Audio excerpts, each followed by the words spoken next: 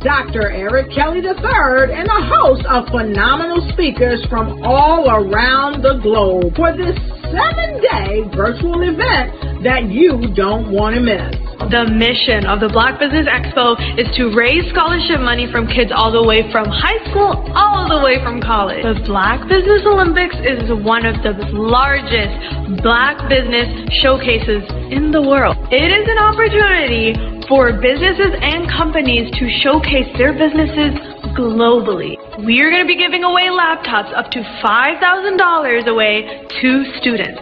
Again, I'm Olivia Appleberry, the founder of 2 Cents Finance and one of the speakers for the expo. I am so excited to see you there. For more info, go to www.blackbusinessexpousa.com or call 919-308-9090 and hope to see you there. I am Black Business. From the moment I wake until the time I sleep. Yes, I am Black Business. I am Black Business. Tell me, are you Black Business? I am Black Business. Do you support Black businesses? Listen, I support Black business because I am Black Business. Black Business Expo, one of the largest business showcases in the history of Black business in the world. The world! Sign up today at www.blackbusinessexpousa.com or call 919-308-9090. I am Black Business. I am Black Business. From the moment I wake until the time I sleep, I am Black Business. I am Black Business. Are you Black Business?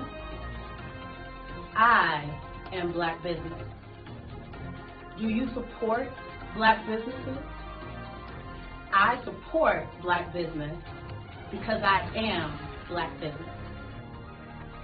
Black Business Expo, one of the largest business showcases in the history of Black America in North Carolina. Sign up today at www.blackbusinessexpousa.com or call 919-380-9090. I am Black Business. I am Black Business. From the moment I wake until the time I sleep, I am Black Business. I am Black Business. Are you Black Business? I am Black Business. Do you support Black businesses? I support Black business because I am Black Business. Black Business Expo, one of the largest business showcases in the history of Black America in North Carolina. Sign up today at www.blackbusinessexpousa.com or call 919-380-9090.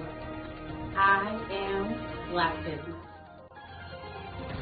I am Black Business.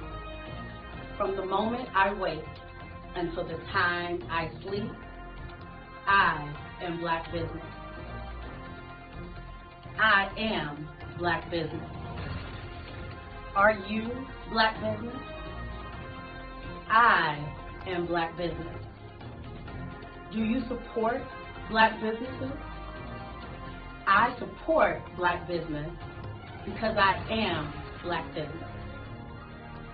Black Business Expo, one of the largest business showcases in the history of Black America in North Carolina. Sign up today at www.blackbusinessexpousa.com or call 919-380-9090. I am Black Business. Dr. Eric Kelly III and a host of phenomenal speakers from all around the globe for this 7-day virtual event that you don't want to miss. The mission of the Black Business Expo is to raise scholarship money from kids all the way from high school, all the way from college. The Black Business Olympics is one of the largest Black business showcases in the world. It is an opportunity for businesses and companies to showcase their businesses globally. We are going to be giving away laptops up to $5,000 away to students. Again, I'm Olivia Appleberry, the founder of 2 Cents Finance and one of the speakers for the expo. I am so excited to see you there. For more info, go to www.blackbusinessexpousa.com or call 919-308-9090 and hope to see you there.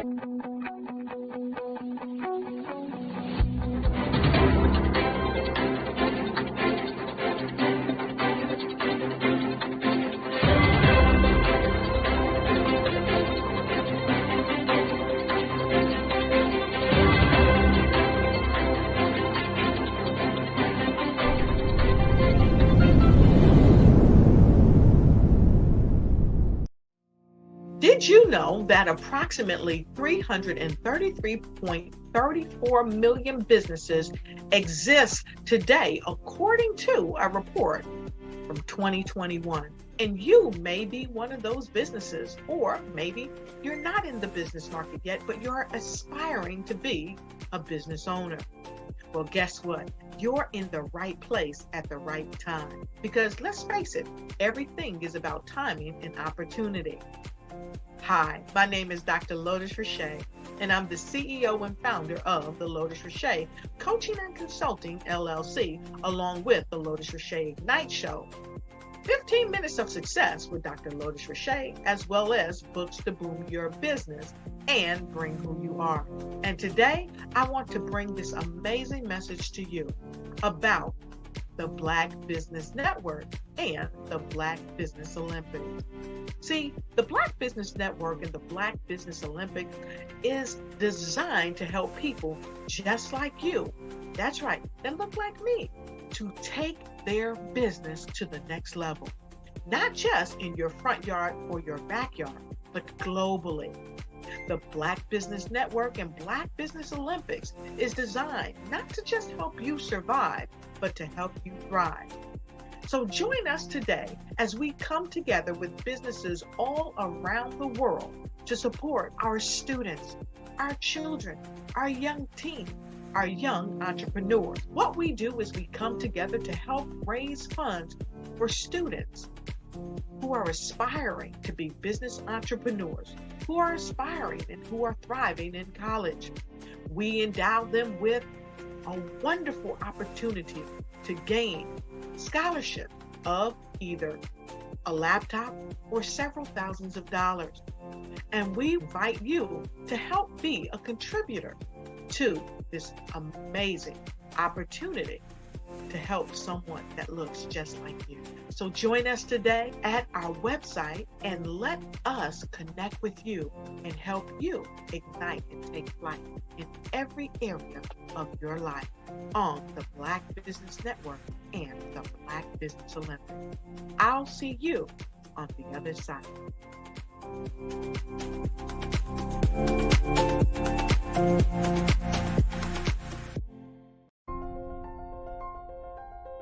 What if you could build your own city? A place where every child can find nurturing people to help them achieve their full potential. A place where every adult can access job training support. Where health education is abundant. Where social justice ruled the land. A place without limitations. Welcome. You have arrived at STEM City, USA. It is what every city should be. A safe and trusted community where you find people and resources to help you become everything you are and beyond. STEM City is unlike anything you have ever experienced. It is a digital twin of the world around you, only better. STEM City is about energy and soul renewal.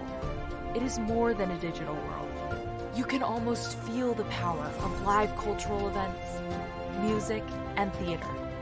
STEM City promises a better future for children with caring mentors and hands-on activities with dedicated tutors to support our youth. STEM City is your passport to a healthy lifestyle with weekly events addressing our community's many issues.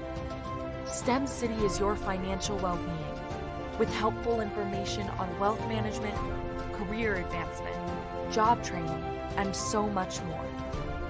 STEM City is the community you deserve. It is the city where your dreams can come true.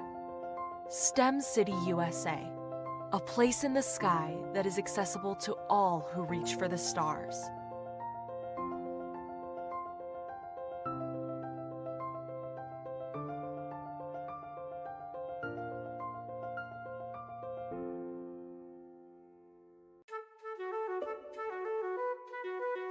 This is Dr. Arnold T. Petsworth. Yes, that's his given name. No, don't look into it. He's the owner of Petsworth Vet World, a veterinary clinic in Hopton, Connecticut. His patients include dog, cat, turtle, cat, turtle, frog, hamster, fish, Goldie? dog, and this alpaca. Due to doctor-patient confidentiality, we can't tell you their names. Business at Vet World was steady, and then quarantine hit. Neighbors on every lane, drive, and even a few cul-de-sacs brought new four-legged friends into their homes. Bunnies. Bunnies. You guys are so cute. Bunnies. You are so cute. Bunnies. You're so cute. Bunnies everywhere. A lifelong lover of Laporte, Dr. Petsworth welcomed these new patients with open arms. Hi, how you doing? How is she? Did you meet Jackie? Jackie, Barbara, Jackie? This is Betsy. The only problem? Okay. There were more appointments than he could manage. Yes, I'm gonna get to you. Give me a second. We're gonna get you in real soon. Don't worry, all right? And then...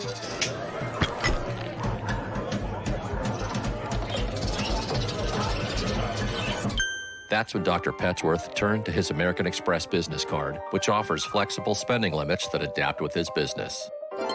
He decided to hire a new assistant, Julio, who's actually more of a bird guy. But that's just between us. And with the power to make big purchases in his hands, he used his card to furnish a new exam room with extra tail space. Together, Dr. Petsworth, Julio, and American Express Business made sure all the pets of Hopton got the love and care they deserved. All right, Julio. Man, that was great, man. And everyone was happy. Especially these guys. Get the card built for business. Hey guys, my name is Caden. I'm the CEO of Caden Teaches, and my genius is teaching kids about financial literacy. Throughout my financial products, such as my financial flashcards, my activity book, and my newest project, my financial bus, which I bought. And on the bus, it has a mock bank where kids will learn how to deposit and withdraw money, a mock grocery store where kids will be able to learn how to have a family budget, and a mock stock exchange where kids will even be able to learn how to invest in stocks. Now, I decided to start teaching kids about financial literacy because I find that most kids graduate high school without even knowing the basics about financial literacy. And I feel if I were to teach kids about financial literacy, that I would be able to help kids tap into their genius. And I actually learned about financial literacy to my dad because I would go to business meetings with him, and I would always see that they were talking about financial literacy. And at that point, I didn't understand what financial literacy was. So I took it upon myself to learn about financial literacy and teach it to kids in a way that they could understand. But I want you guys to help me help kids tap into their genius.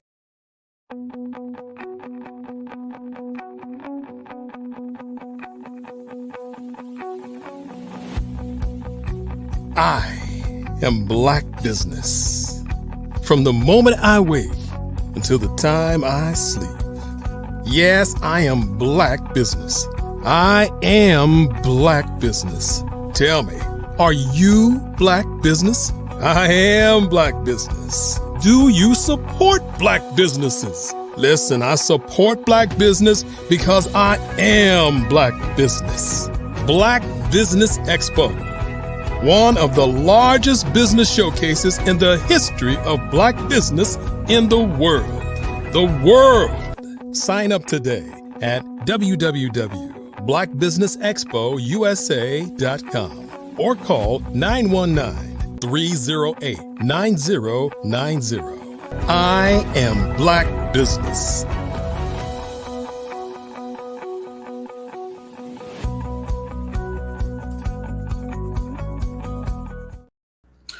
Good morning, business owners, entrepreneurs, thought leaders, and corporations. Welcome to the Black Business Network.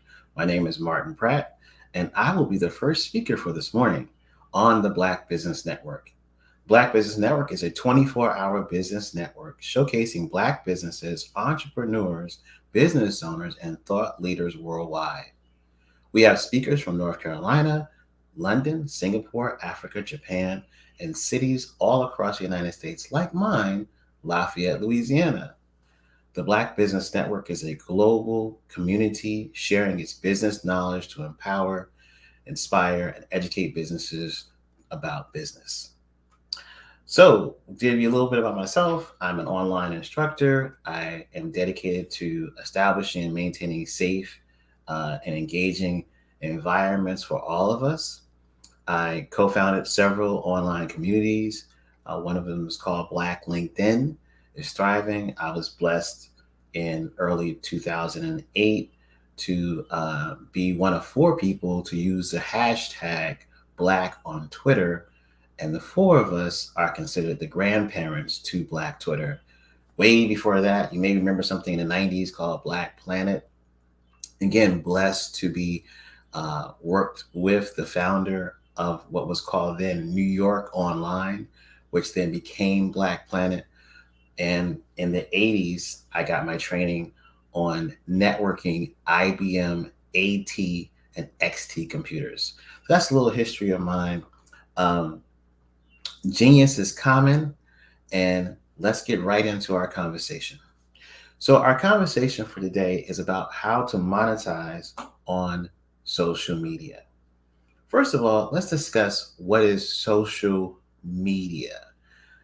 The concept was to give information or to get information.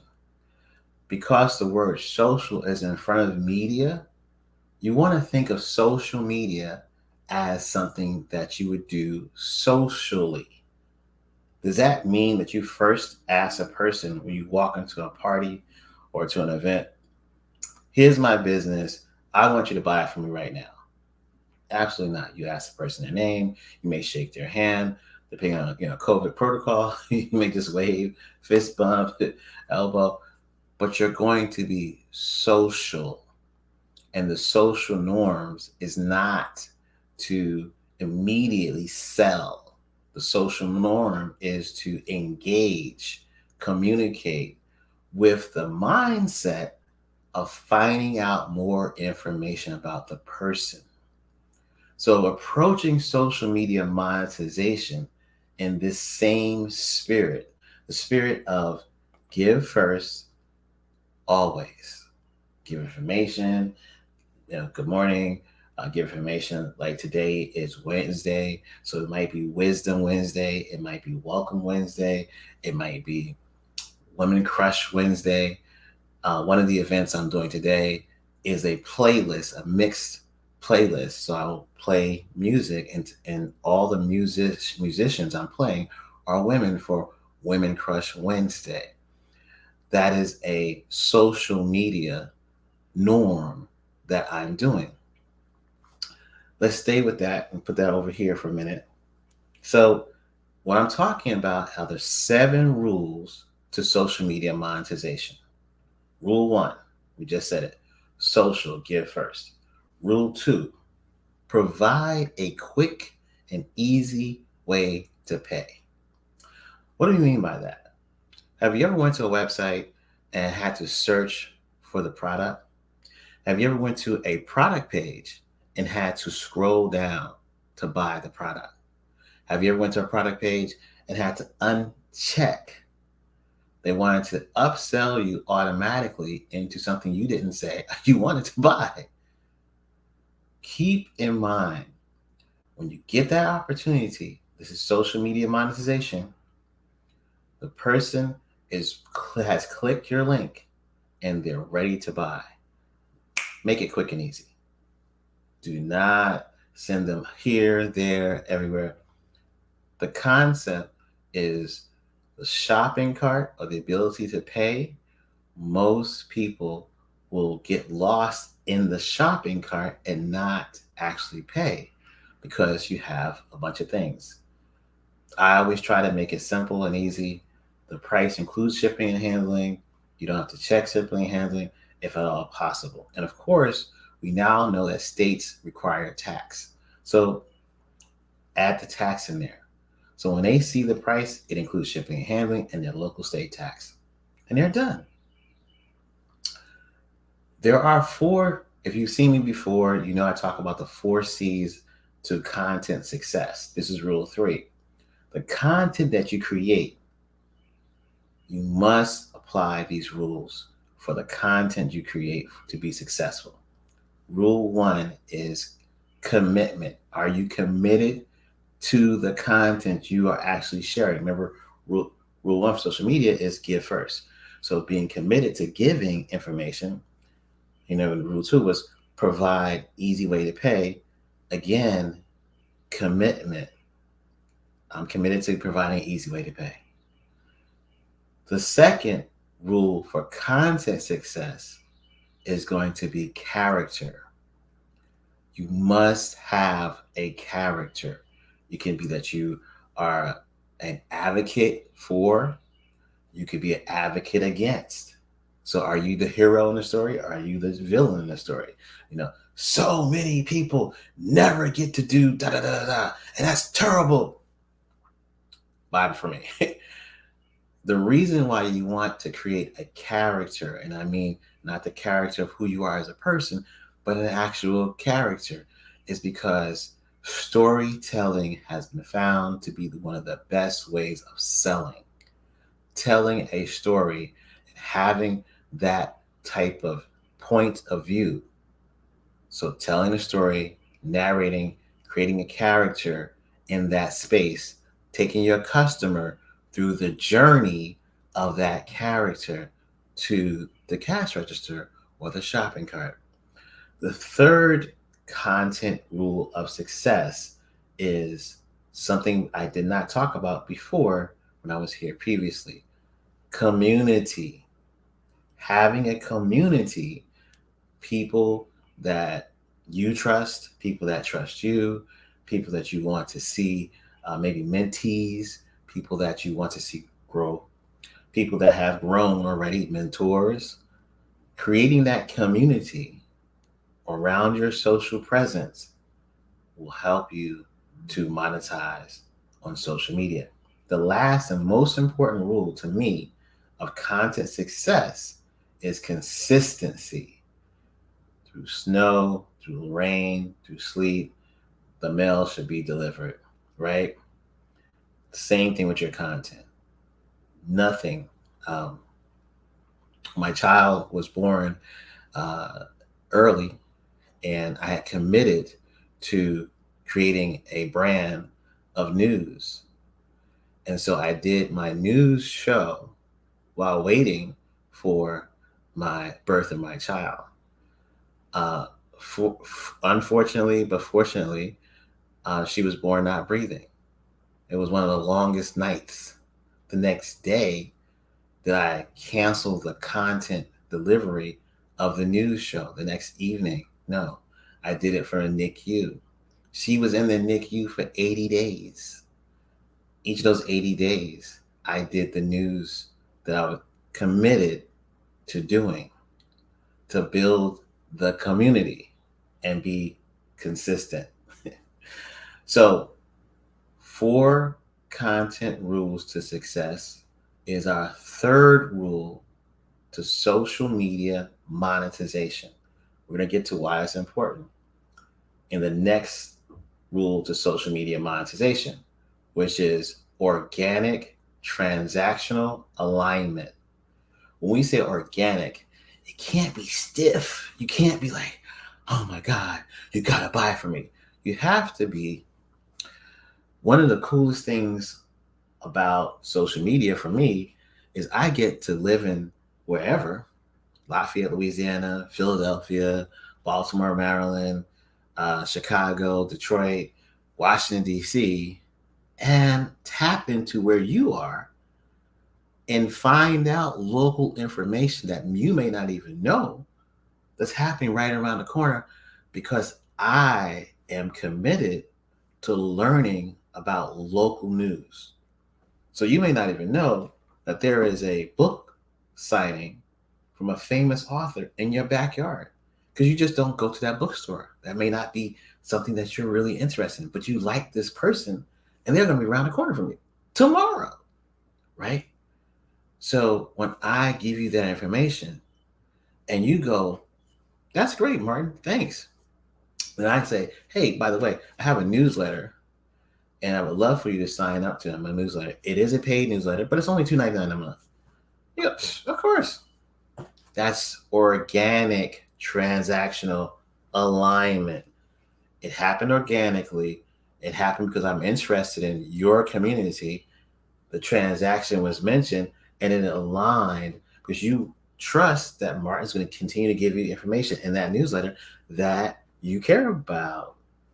So that rule, for me personally, is one of the most important of social media monetization. It cannot be difficult. It cannot be something that you are pushing yourself to do. It needs to happen almost like breathing. And then the transaction happens. And then you deliver what you promised. And then everyone is happy. Now, when we go to rule number 5, which is what's the best platform for you? Choosing the best social media platform to monetize. So not everybody can monetize on every platform. Because you hear about people making millions of dollars on YouTube doesn't mean that you can do the same thing. Because you just may not be committed. Remember the 4 rules of content success: commitment, character, community, consistency. That needs to frame your social media monetization decision on what platforms, you can be a part of. So if you are a part of a platform that you're not committed to, you're not going to succeed, right? But if you're a part of a platform that you yourself are committed to, like if that platform goes away tomorrow, are you going to feel like, oh my God? Or are you going to feel like, I don't really care anyway. I hated going over there. That's not the platform to monetize on. The monetization needs to go back to 4: organic, transactional alignment. It needs to happen naturally. It needs to happen like breathing. It needs to happen like you just woke up and put your status on and somebody said, oh my God, Dr. Pratt, I would love to come to your office for medical treatment. Like, really? I just said good morning. What happened? They saw my smiling face. They clicked on my picture and they saw the degrees I have. I'm not a doctor, I'm just saying. This is an example. They saw the degrees I have, and I graduated from their alumni. I graduated from their alma mater. I'm one of their alumni, brother, sister, brother-in or sister-in. They're like, yes, I'm going to go to Dr. Pratt. It needs to happen like that. And it can. You have to have these rules to monetization. So choosing the best platform for you to launch your monetization model is really important. Now, I won't say the most important, because remember, organic transactional alignment needs to happen like that. You need to be able to do transactions, Right now, I can say, hey guys, can you go ahead and PayPal me at da da da da da, whatever the PayPal address I give you, because I just spent the last 10 minutes pouring into you, giving you the rules of social media monetization and how that happens. And so me asking you to go ahead and send me a donation for my time and effort, and I'm going to send you back an email that puts you into my email database of one time a month newsletter coming to your inbox about social media monetization. I don't think that you would say no. Or it wouldn't seem weird because guess what? Martin has been doing. That's how it needs to happen. For me, the best platform is any place I open my mouth at. But that's me. It needs to be aligned organically with you. Don't do what someone else is doing if it's not part of your organic makeup. It's not going to work. Consistency. Remember, 4 rules to content success. Got to be consistent. Got to be committed. In order for that to work, you have to feel comfortable at where you are. So are you comfortable on Facebook? Are you more comfortable on Instagram? Are you comfortable on YouTube? Are you comfortable on Twitter?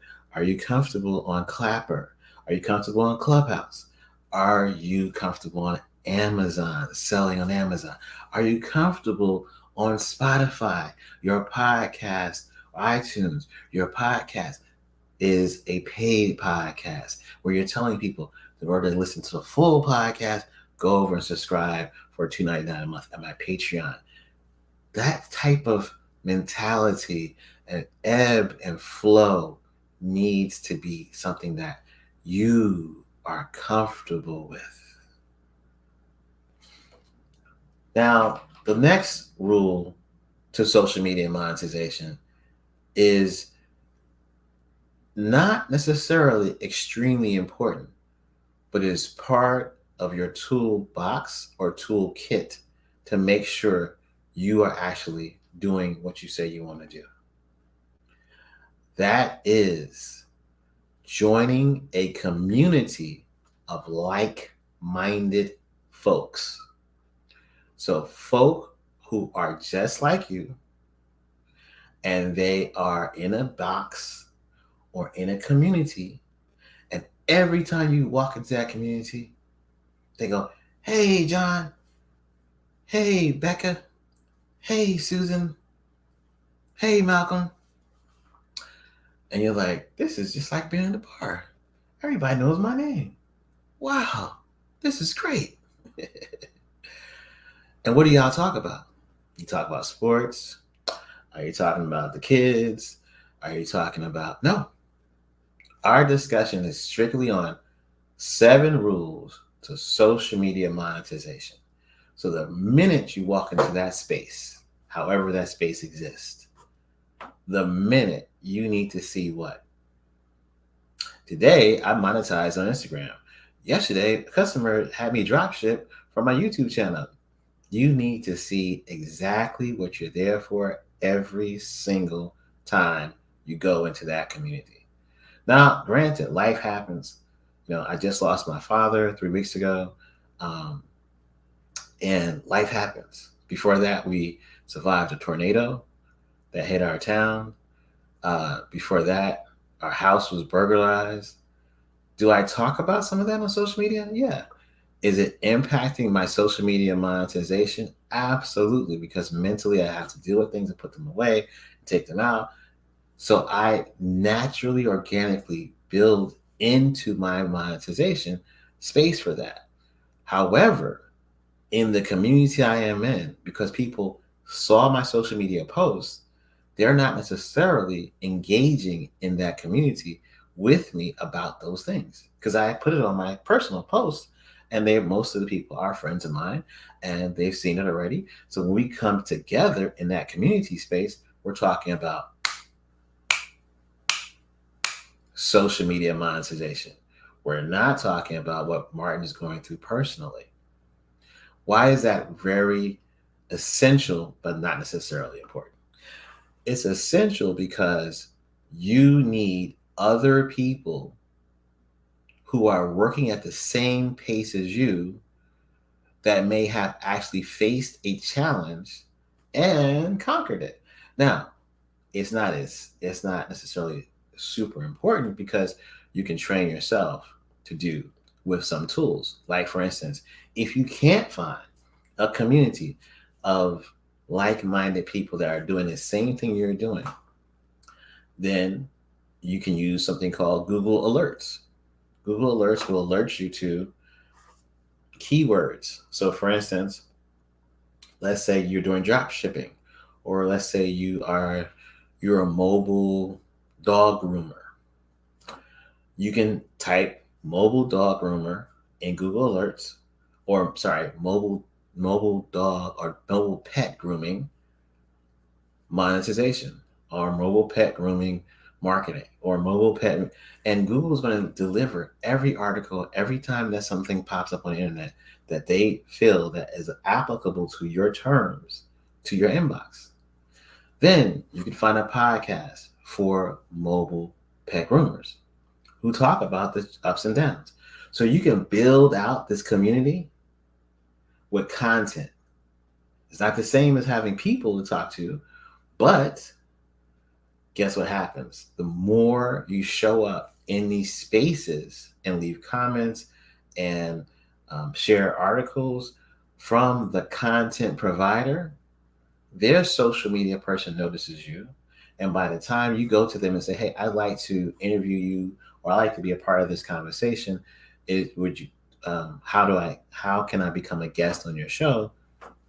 They see you as a valued member of their content community. Come on the show. Blah, blah, blah, blah. So you can build out a community and then be a valued member of the content of that provider, and then be brought into their circle. Why is that important? Or why is that something that you should want to do? We're talking about social media. Give first. Remember rule 1. And the last and final rule, which we're going to go over these and we're going to talk about examples, but the last and final rule that I live by is wash, rinse, and repeat. Why is that important? Every day there's new articles that come out. Every day that somebody has a different thought about how to monetize on social media. You will never succeed, and I will stand by this, period, if you change your business model or change how you're monetizing social media every, 2 months, or with every whim, so to speak. What you need is at least 90 days of consistency. At least. I would even say 6 months of consistency for you to see some type of rewards. And as you see the rewards, you can decide, I want to expand my reward. I'm not making enough money doing this, is great, and I'm monetizing, thanks Martin, but I want to go here. Okay, good. So now let's expand what you're doing. How would you do that? There's funnels, there's artificial intelligence, AI, there are bots, there's automation, there's a bunch of different things. But that's after you have the baseline. You're making $1,000 a month on your social media, and you want to make, now you need to make 5,000. How do you do that? But you can't do that until you wash, rinse, and repeat.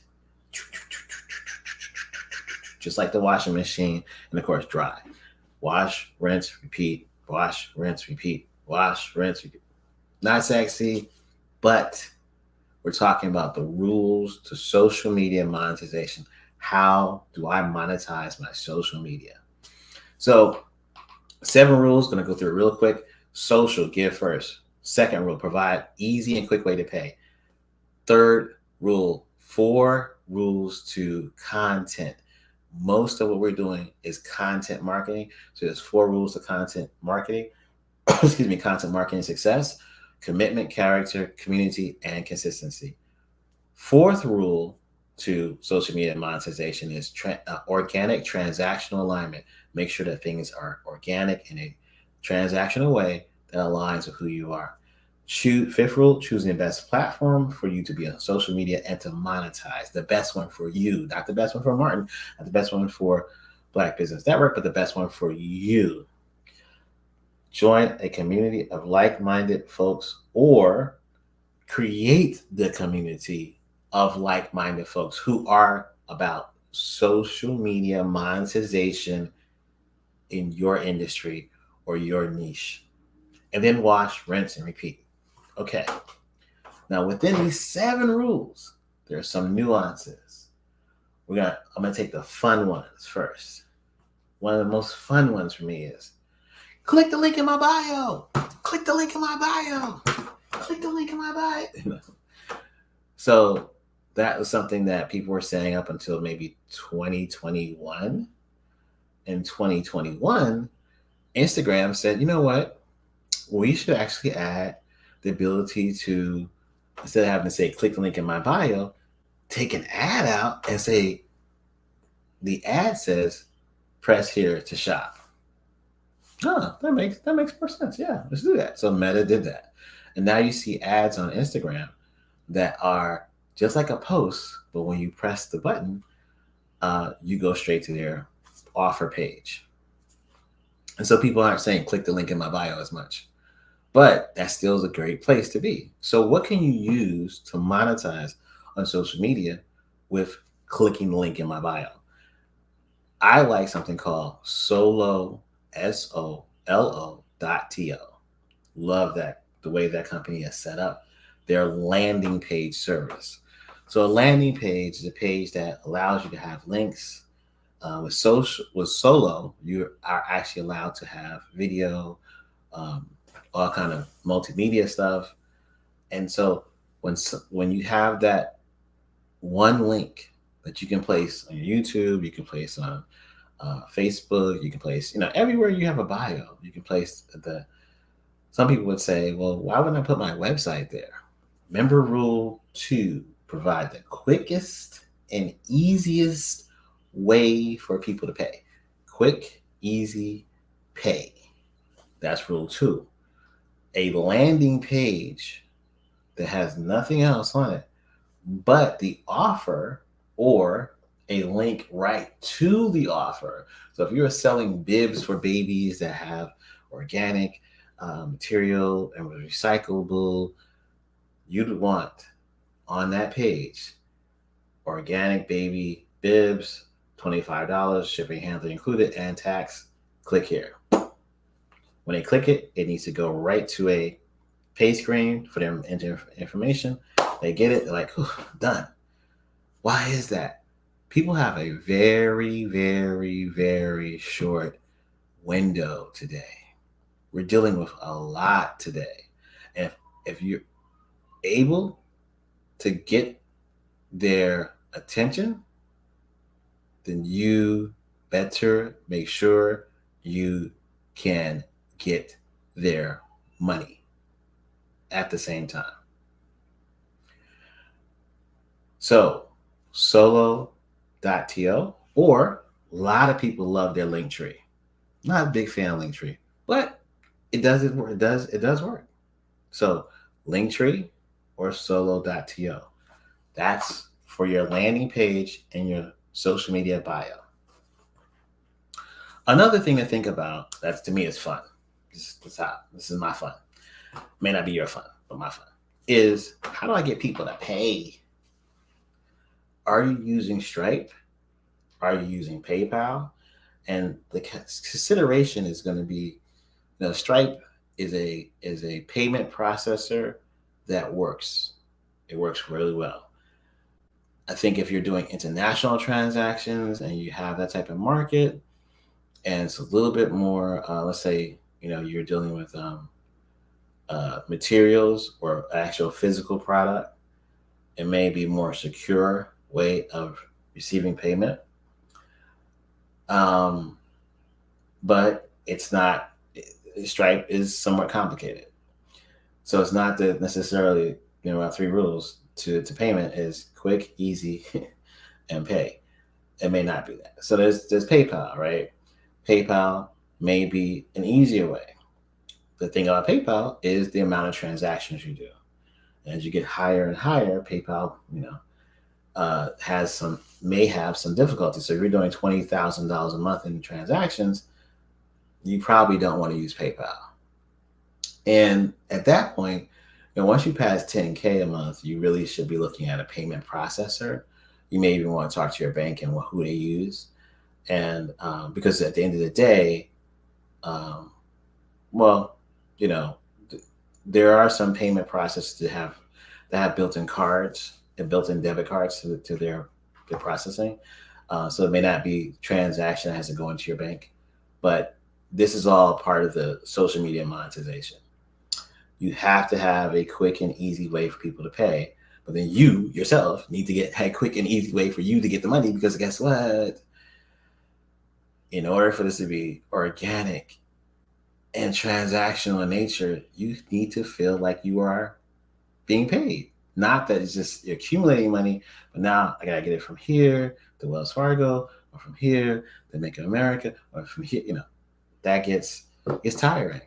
And of course you're gonna look for your money. So you need to find what works best for you, where you are, the volume of transaction you're talking about. And so the customer needs a quick and easy way to pay, and you need a quick and easy way that is going to, for you to collect your money. Platform wise, let's talk about the platforms for a minute when we talk about payment. So with Facebook, YouTube, they have different levels of when they're going to pay out. You need to find that out. Sounds great. Oh, I'm selling on Instagram, I'm selling on YouTube. When are you getting paid from the platform? And how does that affect what you're doing? If you're not being paid 90 days, how are you going to wake up on the 32nd day of a 90-day run and be enthusiastic about putting content on that platform? That's something you have to consider. Again, that's a rule to social media monetization, meaning natural, organic, transactional alignment. Also, you have to be consistent. And if you are not naturally transactionally aligned with that platform, you're not going to be consistent, and your commitment may falter. So, finding a like-minded community of folks. So I'm going to recommend one community for you. If you're on this, you're watching, you do probably need a community of people who are just as committed to you. There's a Facebook group called Traffic, Sales, and Profit. Traffic, Sales, and Profit. That Facebook group is phenomenal. It's run by a brother by the name of Lamar Tyler and his wife, Ronnie Tyler. Now, right now, today, they're having a Increase Your Sales Challenge. I would recommend you join the challenge. It's on day 2, but you will, day 2 or day 3? Day 2, I think. You will benefit, one, from being around like-minded people, but 2, you're going to benefit from all the knowledge that Lamar and Ronnie have and they built up over the years.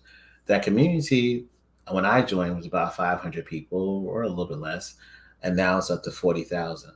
It's a free community. However, Lamar and his wife have programs to help you get from a 5-figure to 6, and from 6-figure to 7, 8, and 9.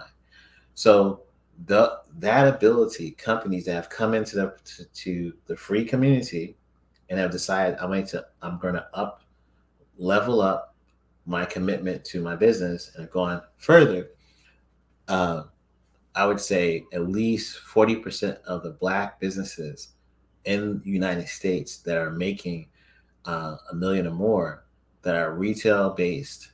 So this is a company that has a store, or they're in Target or in Walmart, have come through Lamar and Ronnie because they were one of the first years ago to build out a brand online called Black and Married with Kids, and to monetize that brand with the top companies in the US.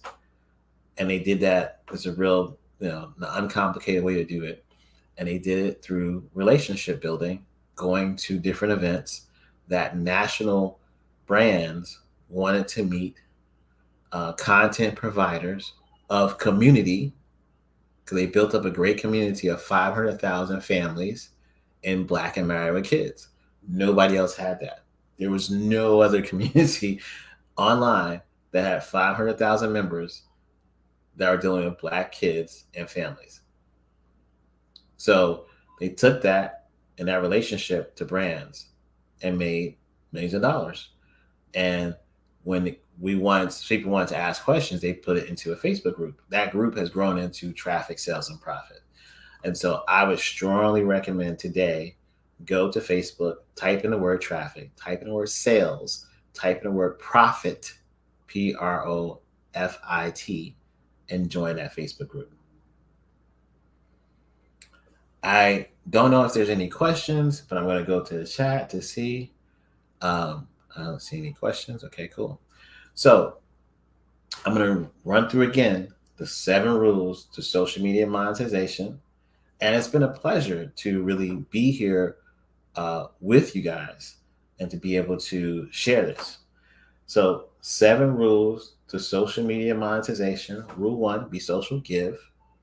Rule 2, provide a quick and easy way to pay. Rule 3, 4 C's to content success: commitment, character, community, consistency. Choose the best platform for you to monetize on, the best platform for you, not the best platform for me, the best platform for you. And I call that intentional intelligence. You have an intention, monetize my social media. Use it the most intelligent way that you can. Not the intelligence that Martin has, because I know what I can do per platform. But what you can do per platform is up to you, and to use that the most intelligent way that you can. Find a community of like-minded folks that support what you're doing. Not support you, support what you're doing. This is a community that no matter what happens in your life, you're going to go in and you're going to see, oh my God, this more information. This is so inspirational, not about your personal journey, but about your business journey. And we're talking strictly about social media monetization. So you're going to join a community where there are other like-minded people, or you're going to build a content community of podcasts, of websites that are being updated every day, or maybe not every day, weekly. And you're going to do that through what's called Google Alerts. You're going to do that through going through your iTunes or Spotify and the search bar and typing in your industry. Like we use an example of pet grooming. You're going to find other pet grooming podcasts, and you're going to have that information delivered to you. And as you get that information, you're going to create this community that you can turn on like that and be inspired or informed or empowered to get your social media monetization bag, or get that money through that specific venue or that specific vertical or that specific niche that you're in. And then the last rule is wash, rinse, and repeat. You have to continue to do this thing over and over and over and over and over and over again. For my suggestion is give yourself 90 days at least. 6 months is a better scenario. So you're not looking for failure or success in those 90 days. You're looking to apply these rules, do them over and over and over again, continue to build. And in 90 days, take stock of where you're at, preferably 6 months. And you'll see you've monetized, you've been consistent, you've dealt with the PayPal issues, you've dealt with your Stripe issues, you've dealt with your bank issues, you've figured out the best and easiest way for money to come into you. We like to call it pillow money. What's pillow money? Money while you sleep. And it can be done on any platform. but you gotta follow these rules to social media monetization. As I see Brother Boyd on the screen with me, that's my cue to wrap it up, Martin. Well, thank you so much, Martin, for your message today and empowerment around monetizing your social media. As you know, good morning, business owners and entrepreneurs, thought leaders, and corporations. Welcome to the Black Business Network. My name is Jamal C. Boyd Sr. I am your business moderator for this morning on the Black Business Network. The Business Network is a 24-hour business network showcasing Black businesses, Black owners, entrepreneurs, and thought leaders. We have speakers from North Carolina, London, Singapore, Africa, Japan, and cities all over the United States. The Black Business Network is a global community sharing its business knowledge to empower, inspire, and educate businesses about business.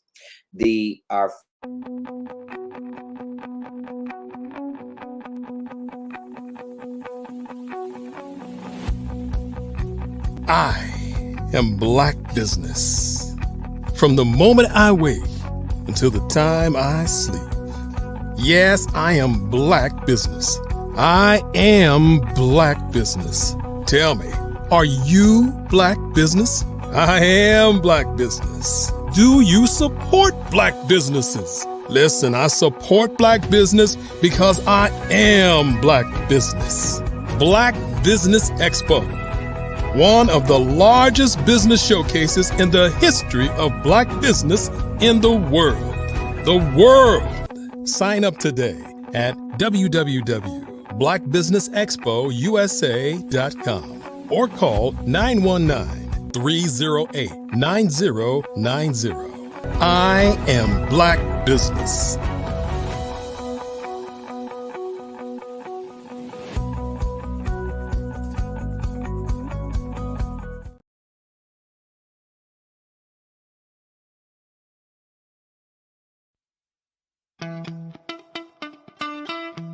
How many times have you been asked to help someone you didn't even know, a student, a business entrepreneur? Or did you ever even ask, where did they end up? That business, that friend, that entrepreneur. Well, just maybe they ended up in a gang, bankrupt, homeless, or worse, dead. Maybe they turned to crime, drugs, and alcohol. Did you ever wonder? Did you destroy their dream, or was your life always so easy? At the Black Business Olympics, we started a movement to help students complete. Give them hope and foster success. Help them to leave their dreams of providing laptops, computers, and up to $5,000 in scholarship funds. Today, we ask you to help a student, a business owner, or an entrepreneur to realize their dream by sponsoring them, supporting them, and buying from them. Consider this. With $1.6 trillion in our Black community, we only ask for a small donation for our students, our businesses, and our entrepreneurs. And you can change a life today. So I ask you, what are you going to do? Sit on the sideline and watch our students in high school be losers, miss out on their dream from lack of resources? Or are you going to donate to the movement and change their future and yours as well?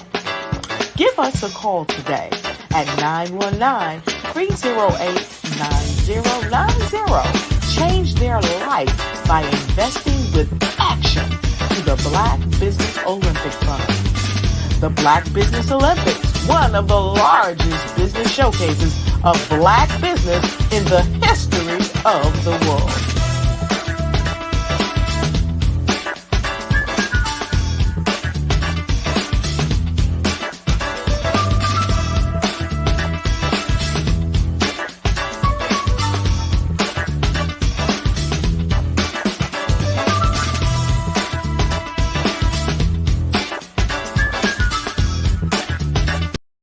like you to imagine with me, if you will, opening an app where you can collaborate with like-minded individuals from around the world, get inspiration and in-app tools to launch and grow your business, as well as share your knowledge and earn compensation, all in one app.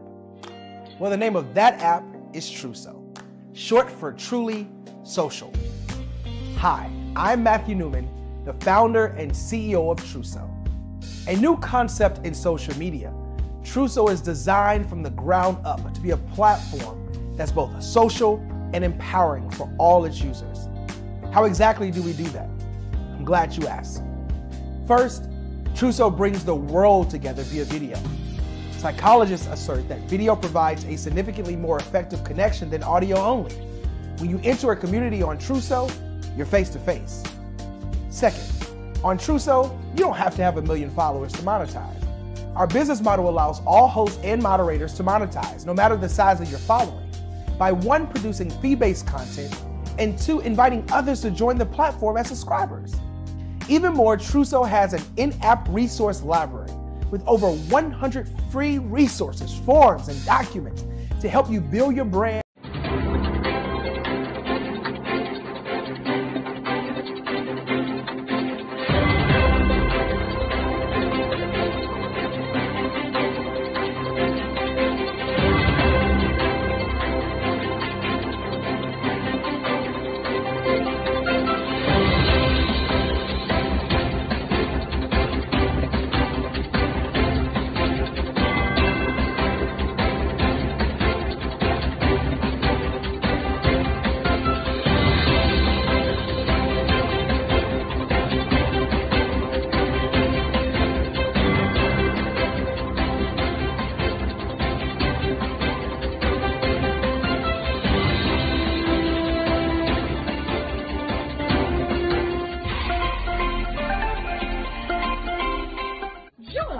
Dr. Eric Kelly III and a host of phenomenal speakers from all around the globe for this 7-day virtual event that you don't want to miss. The mission of the Black Business Expo is to raise scholarship money from kids all the way from high school, all the way from college. The Black Business Olympics is one of the largest Black business showcases in the world. It is an opportunity for businesses and companies to showcase their businesses globally. We are going to be giving away laptops up to $5,000 away to students. Again, I'm Olivia Appleberry, the founder of 2 Cents Finance and one of the speakers for the expo. I am so excited to see you there. For more info, go to www.blackbusinessexpousa.com or call 919-308-9090 and hope to see you there. I am Black business. From the moment I wake until the time I sleep. Yes, I am Black business. I am Black business. Tell me, are you Black business? I am Black business. Do you support Black businesses? Listen, I support Black business because I am Black business. Black Business Expo, one of the largest business showcases in the history of Black business in the world. The world! Sign up today at www.blackbusinessexpousa.com or call 919-308-9090. I am Black business. I am Black business. From the moment I wake until the time I sleep, I am Black business. I am Black business. Are you Black business? I am Black business. Do you support Black businesses? I support Black business because I am Black business. Black Business Expo, one of the largest business showcases in the history of Black America in North Carolina. Sign up today at www.blackbusinessexpousa.com or call 919-380-9090. I am Black Business. I am Black Business. From the moment I wake until the time I sleep, I am Black Business. I am Black Business. Are you Black Business? I am Black Business. Do you support Black businesses? I support Black business because I am Black Business. Black Business Expo, one of the largest business showcases in the history of Black America in North Carolina. Sign up today at www.blackbusinessexpousa.com or call 919-380-9090. I am Black Business. I am Black Business. From the moment I wake until the time I sleep, I am Black Business. I am Black Business. Are you Black Business? I am Black Business. Do you support Black businesses? I support Black business because I am Black Business. Black Business Expo, one of the largest business showcases in the history of Black America in North Carolina. Sign up today at www.blackbusinessexpousa.com or call 919-380-9090. I am Black Business. Join Dr. Eric Kelly III and a host of phenomenal speakers from all around the globe for this 7-day virtual event that you don't want to miss. The mission of the Black Business Expo is to raise scholarship money from kids all the way from high school, all the way from college. The Black Business Olympics is one of the largest Black business showcases in the world. It is an opportunity for businesses and companies to showcase their businesses globally. We are going to be giving away laptops up to $5,000 away to students. Again, I'm Olivia Appleberry, the founder of 2 Cents Finance and one of the speakers for the expo. I am so excited to see you there. For more info, go to www.blackbusinessexpousa.com or call 919-308-9090 and hope to see you there.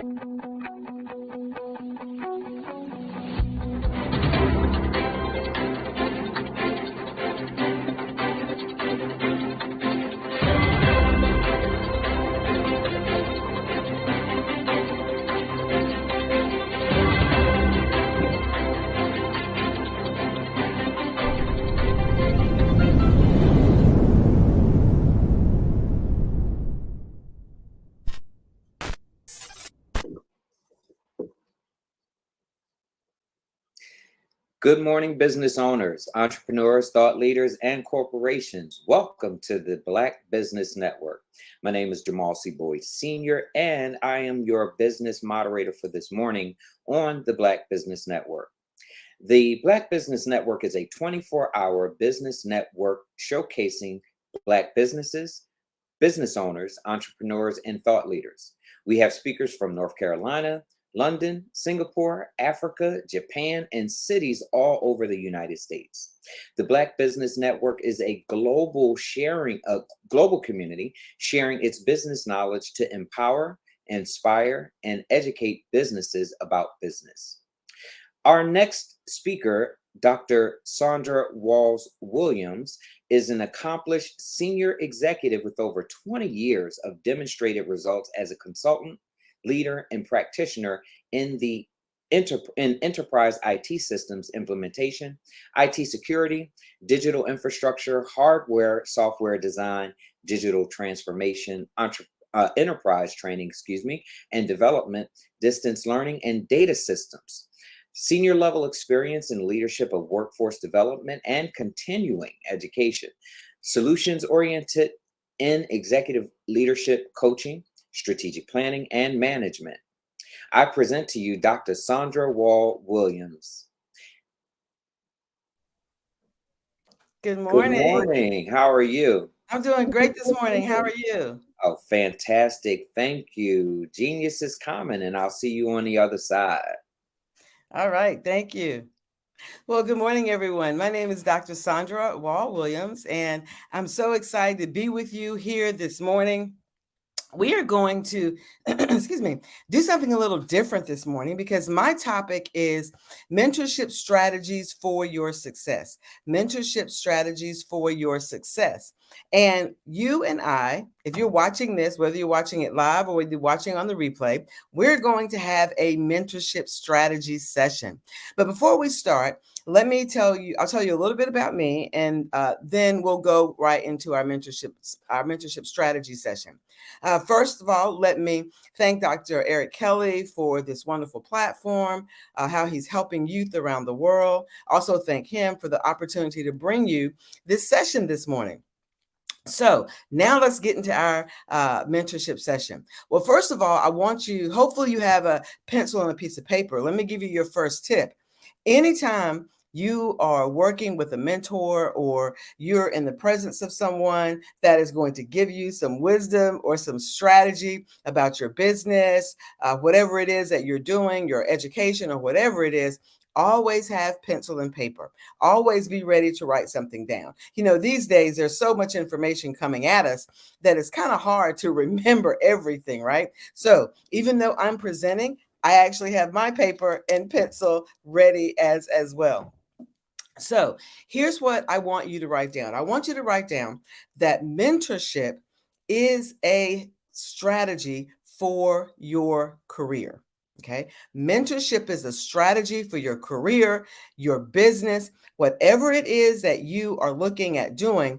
You should have mentorship as a component of what you're doing. It should be a strategy to your success, as this particular session is entitled, Mentorship Strategies for Your Success. So mentorship is a strategy for your career or your business success. I need for you to keep that in mind and remember that as we go through this presentation, but even throughout from now on, as you go and do more in your business and your career.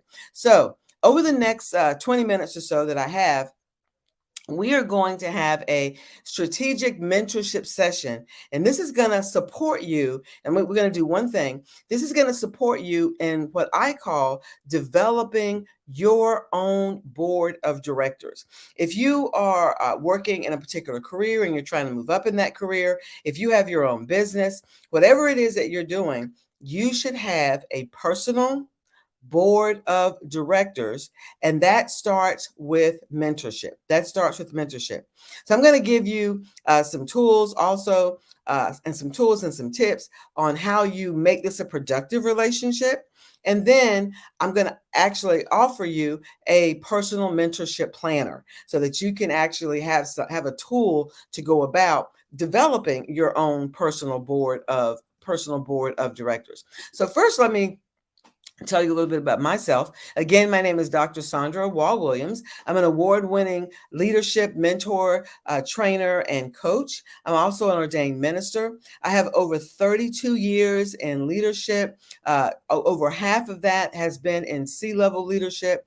I retired as a senior vice president and chief technology officer for the North Carolina Community College System. And in that, I have so much leadership background that I decided when I retired, why don't I start my own leadership training and consulting, which has mentorship and coaching as a part of that? Why don't I start my own company so that I can help and get the kind of help that I didn't have, as a leader at that level.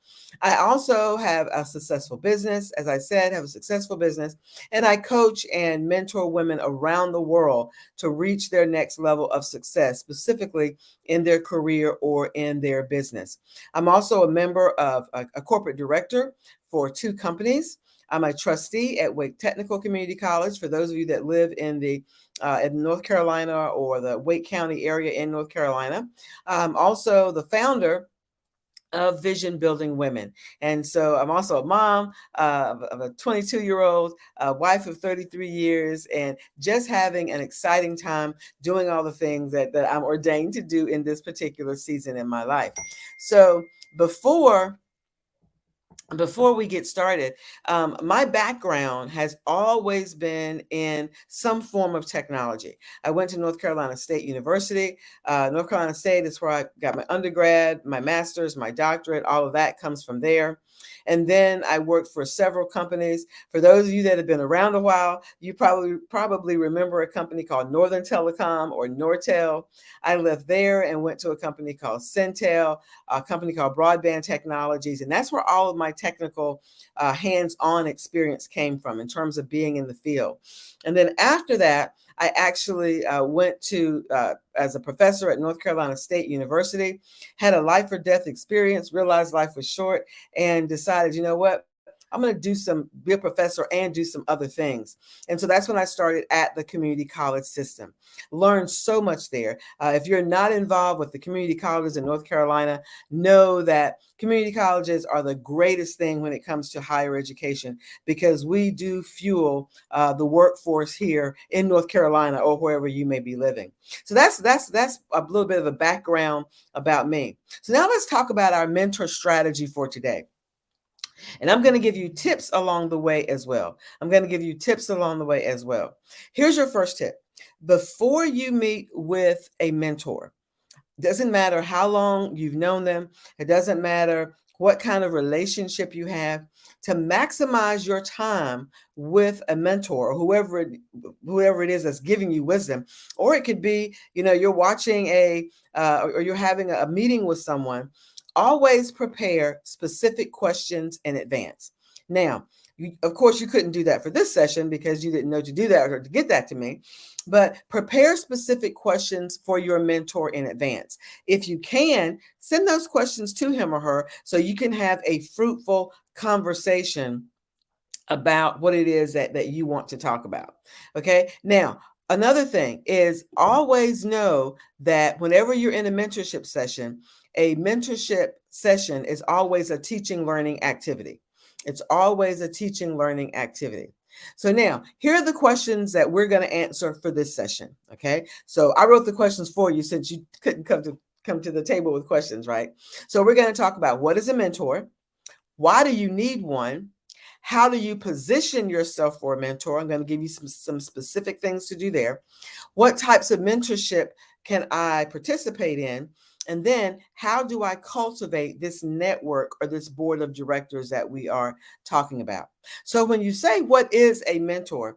Mentorship is a professional working alliance, okay? It's a professional working alliance where you come together with someone who has more knowledge than you do, and you're coming together to support your personal and professional growth. You're coming together to support your professional and personal growth. It could also be your development in a particular area. And one of the things that I like to add to that definition of mentorship is it's not only career kind of mentorship, but also those psychosocial support that you may need to move forward in your career or to move your business forward as well. So when we think about psychosocial support, we're talking about things like encouragement, helping you solve problems, listening. They could be a trusted guide, role model. You may have a role model that is someone that you pattern yourself after. And most of the time, you want to be able to see yourself in your mentor. You want to be able to see yourself doing what they do. When we talk about career support, your mentor should be able to give you career guidance. If a mentor cannot guide you in an area that you need guidance in, then you have to ask yourself the question, why is that person my mentor? Sometimes people will call me and say, and I have a professional, I do mentoring professionally. And someone may call me and say, well, Dr. Sandra, I'd love for you to be my mentor, because they may see me on a platform like this or some other platform where I'm speaking. And I always ask them their background. What do they want mentorship in? Because if I'm not a fit, if I don't have that area of expertise, then I'm not the right person to mentor them.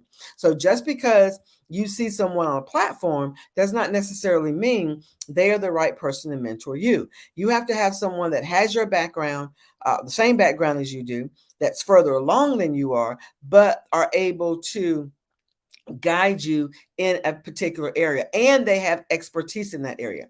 You see, that's the difference in with a mentor, is your mentor needs to have expertise in the area that they're mentoring you in. You know what I always say is that a mentor should be at least 7 steps ahead of you.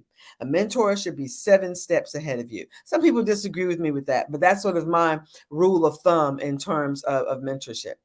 So in terms of your career advice, a mentor should be able to help you think critically about your career or your business goals. They should help facilitate and explore with you things about your career or things about your business. They should also be able to challenge your decisions. You make a decision about your career, your business, your mentor should be able to say, well, why did you do that? What are some of the things that could happen if you go down that path? They help you think differently. It's not just a conversation and patting you on the back. A really, really good mentor will help you think critically about the decisions that you made. In addition to that, mentors should also be able to help you develop skills. When I sit down with mentors, with my mentees, and me as a mentor sit down with my mentors, they actually help me develop skills as a leader. They help me develop skills for my business practice. They help me develop skills and put me in places to be able to develop the skills or suggest conferences or books to read, those sorts of things. And they go over those with me at our next meeting. So you see, a mentorship, using it as a strategy for your success, is more than a lunch conversation. It's more than just having you come in and we talk for an hour. A mentorship session is truly a strategic way of helping you move forward with your success. You know, there's a quote that I tell people in terms of numbers. Being a mathematician at heart, I like to give numbers. And, you know, even though having a mentor is a great way for success, it's a strategic way to move forward and have success, more than 87% of people don't have them. More than 87% of people may or may not have mentors. And when you have a mentor, you can get promoted. And when I say that, is because someone is feeding you and giving you information on how to do that. All right. It also helps you stay on a job longer and move up in that particular position because you have someone supporting you and helping you to be able to do that. So now the next question, remember in our list of questions, I told you what a mentor is and mentorship relationship. So now let's talk about, how do you position yourself for a mentor? You know, that's a question that I get a lot. You know, Dr. Sandra, how do I find a mentor? How do I position myself? Okay, write these down. Number 1, network, and network some more. You know, finding a mentor is, you've got to be in the place or in places where people who are steps ahead of you are. So how do you do that? You know, you network. You may go to networking events. Yesterday, for example, I participated in and attended the Chamber Women's Leadership Conference. there were women there from all across North Carolina coming to understanding more about leadership. Well, I was able to meet someone that I'm going to develop a relationship with and be able to get her to guide me in certain areas of my business. But if you don't show up at these sorts of things and do the networking, then you're not going to be able to get this sort of feedback or those relationships beginning. Excuse me. So again, you have to network, and network some more. Number 2, future mentors must see you in action. See me in action. What does that mean? Future mentors must see you doing the kind of work, the kind of scenarios, the kind of situations that you want them to mentor in. Mentors aren't going to mentor lazy people. I don't know how else to say that, but mentors are not going to mentor lazy people. They want to see people who are, taking classes or going to conferences or moving forward or taking initiative, right? Or taking initiative to do the kinds of things in your business or your career that you want to be able to do. So if you're speaking somewhere, for example, invite your mentor. If the mentor can't come, do a recording, send that recording to them so they can see you in action. If you are maybe you're volunteering at some place, maybe you are doing something in your business, maybe you are working with someone else. Let the person that you want to mentor you know about that. They like to see you in action. Okay. Number 3. Number 1 was network, and network some more. Number 2, future mentors need to see you in action.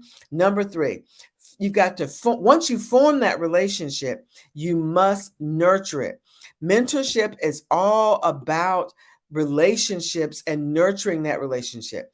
As I said, I attended the Chamber Women's Leadership Conference yesterday, and I went to a session on mentorship and your personal board of directors.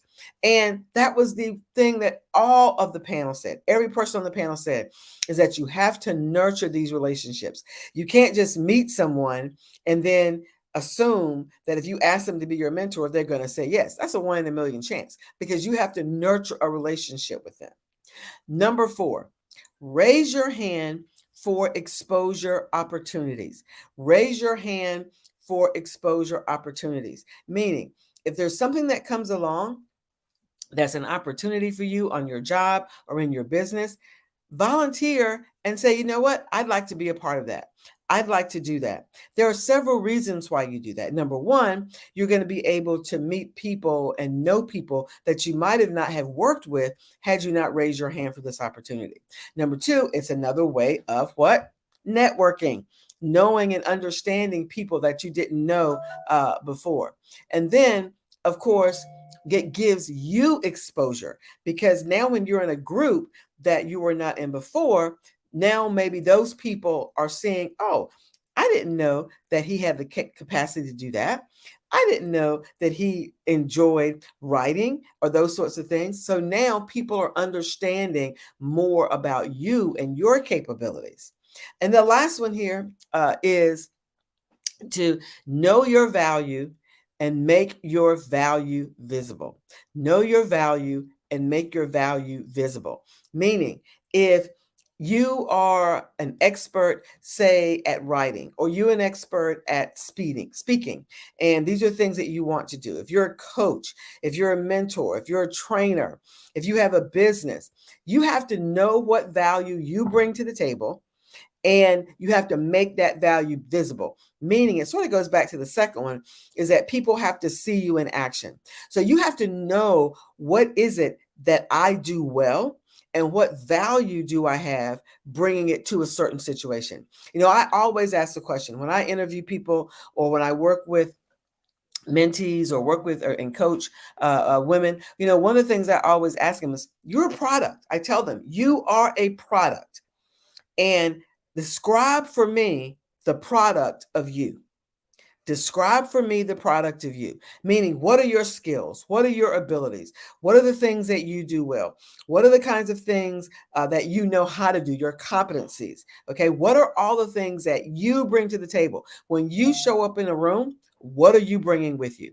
When you show up in a room, what are you bringing with you? So you must know your value, and you must be able to make that value visible, which means that all of these things, and people will say, well, I don't like getting up in front of people.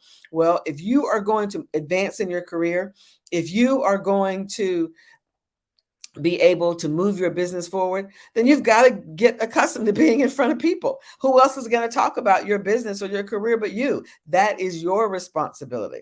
You know, those people that are maybe afraid or maybe need some help speaking, then you need to join Toastmasters. There are Toastmasters chapters all over. I know in North Carolina, in the Raleigh area where I am, there are Toastmasters everywhere. So you may say, well, I don't want to join a group. Well, then get a coach, get a speaking coach, whatever you need to understand your value and help you make that value more visible, then you need to do that. Okay. The last one, I want to give you a bonus tip here. And that is, have a vision for your career, know where you want to go, know where you want to go and what you want to do. Very quickly, let's review them. Number 1, network. Number 2, future mentors must see you in action. Number 3, you've got to form and nurture those relationships. Number 4, raise your hand for exposure opportunities. Number 5, know your value and make your value known. And then the bonus one is have a vision for your career or for your business. So now, third question, let's get to. Third question was, what types of mentorship can I participate in? Now, some of these things you may not see as mentorship, but I want to broaden and expand your perspective this morning about mentorship as a success strategy. Because remember, everybody that you want to be your mentor may not be able to mentor you because they don't have the capacity. There's only one of them and a lot of you all. So they may not be able to have the capacity. But here's some other ways that you can actually have mentoring relationships with others. Of course, there's the one that we're all familiar with, and that is the one-to-one mentoring. You know, where you and another person, that person is pouring into you wisdom, giving you guidance, giving you expertise, giving you the kinds of things that you need for your business or your career. That's the one-on-one mentorship. Most of us are familiar with that, and that's what most of us do. But here's a couple of others I want to make you aware of. If there are if you work in a company and that company has corporate, organizational mentorship programs, get in the program. If your company offers a mentorship program, let me say it again, get in the program. If there is a program that may be sponsored by your county or your city, get in the program. All right, apply, get in the program. For example, here in North Carolina, we have Leadership North Carolina. People from all over North Carolina in different backgrounds apply and are in that program. Leadership North Carolina. There is Leadership Raleigh. Every city probably has a leadership program. And in that program, there's mentorship. Get in the program. Leadership Raleigh. I know a friend of mine recently graduated from Leadership Wake Forest, which is a smaller city outside of Raleigh, North Carolina, but it's a mentorship program. Do the research. See if your city, your county, your state, your organization that you're in has a mentorship program and get in it. What is that going to do? It's going to expand your network. It's going to give you the kind of mentoring that you're looking for your business, for your career. It's going to open you up to opportunities that you didn't even know existed. So I just gave you a few there. So even if you don't live in North Carolina, I live in North Carolina. Even if you don't live in North Carolina, do the research, see what your state, your city, or your county has in terms of leadership and mentorship programs and get into those, get in one of them. Now, I will tell you, more than likely, there's a cost to go with them, but you can always see if you can find a sponsor. You know, yesterday when I was at the leadership of a conference for women of the chamber, I heard somebody say that they were going to ask for, they had been accepted into a leadership program. It has a mentorship component. And she said, and you know what I'm going to do? I'm going to ask for sponsors. I'm going to ask for people to sponsor me. And I was like, wow, I never thought about that. Asking people to sponsor you to be able to further what you are doing. Okay. So one-to-one mentorship, organizational type mentorship programs that are within organizations, within corporations. If your company has a mentorship program, get in it. Don't have a preconceived notion about anything. Here's something that my father used to always tell me growing up. How can you speak about anything that you've never been a part of? How can you say that they're not doing this or they're not doing that if you're not in it? Get in it. Don't let other people's past perceptions or past experiences dictate what you do and how you go about getting into a particular program. All right, let's look at another type of mentoring. It's conferences. Go to conferences that are a part of what you do or a part of what you want to do. If you're a leader, you should be going to at least 3 leadership conferences or training every year. If you are a leader, whether it's in your career, whether it's for your business, you should be going to leadership conferences.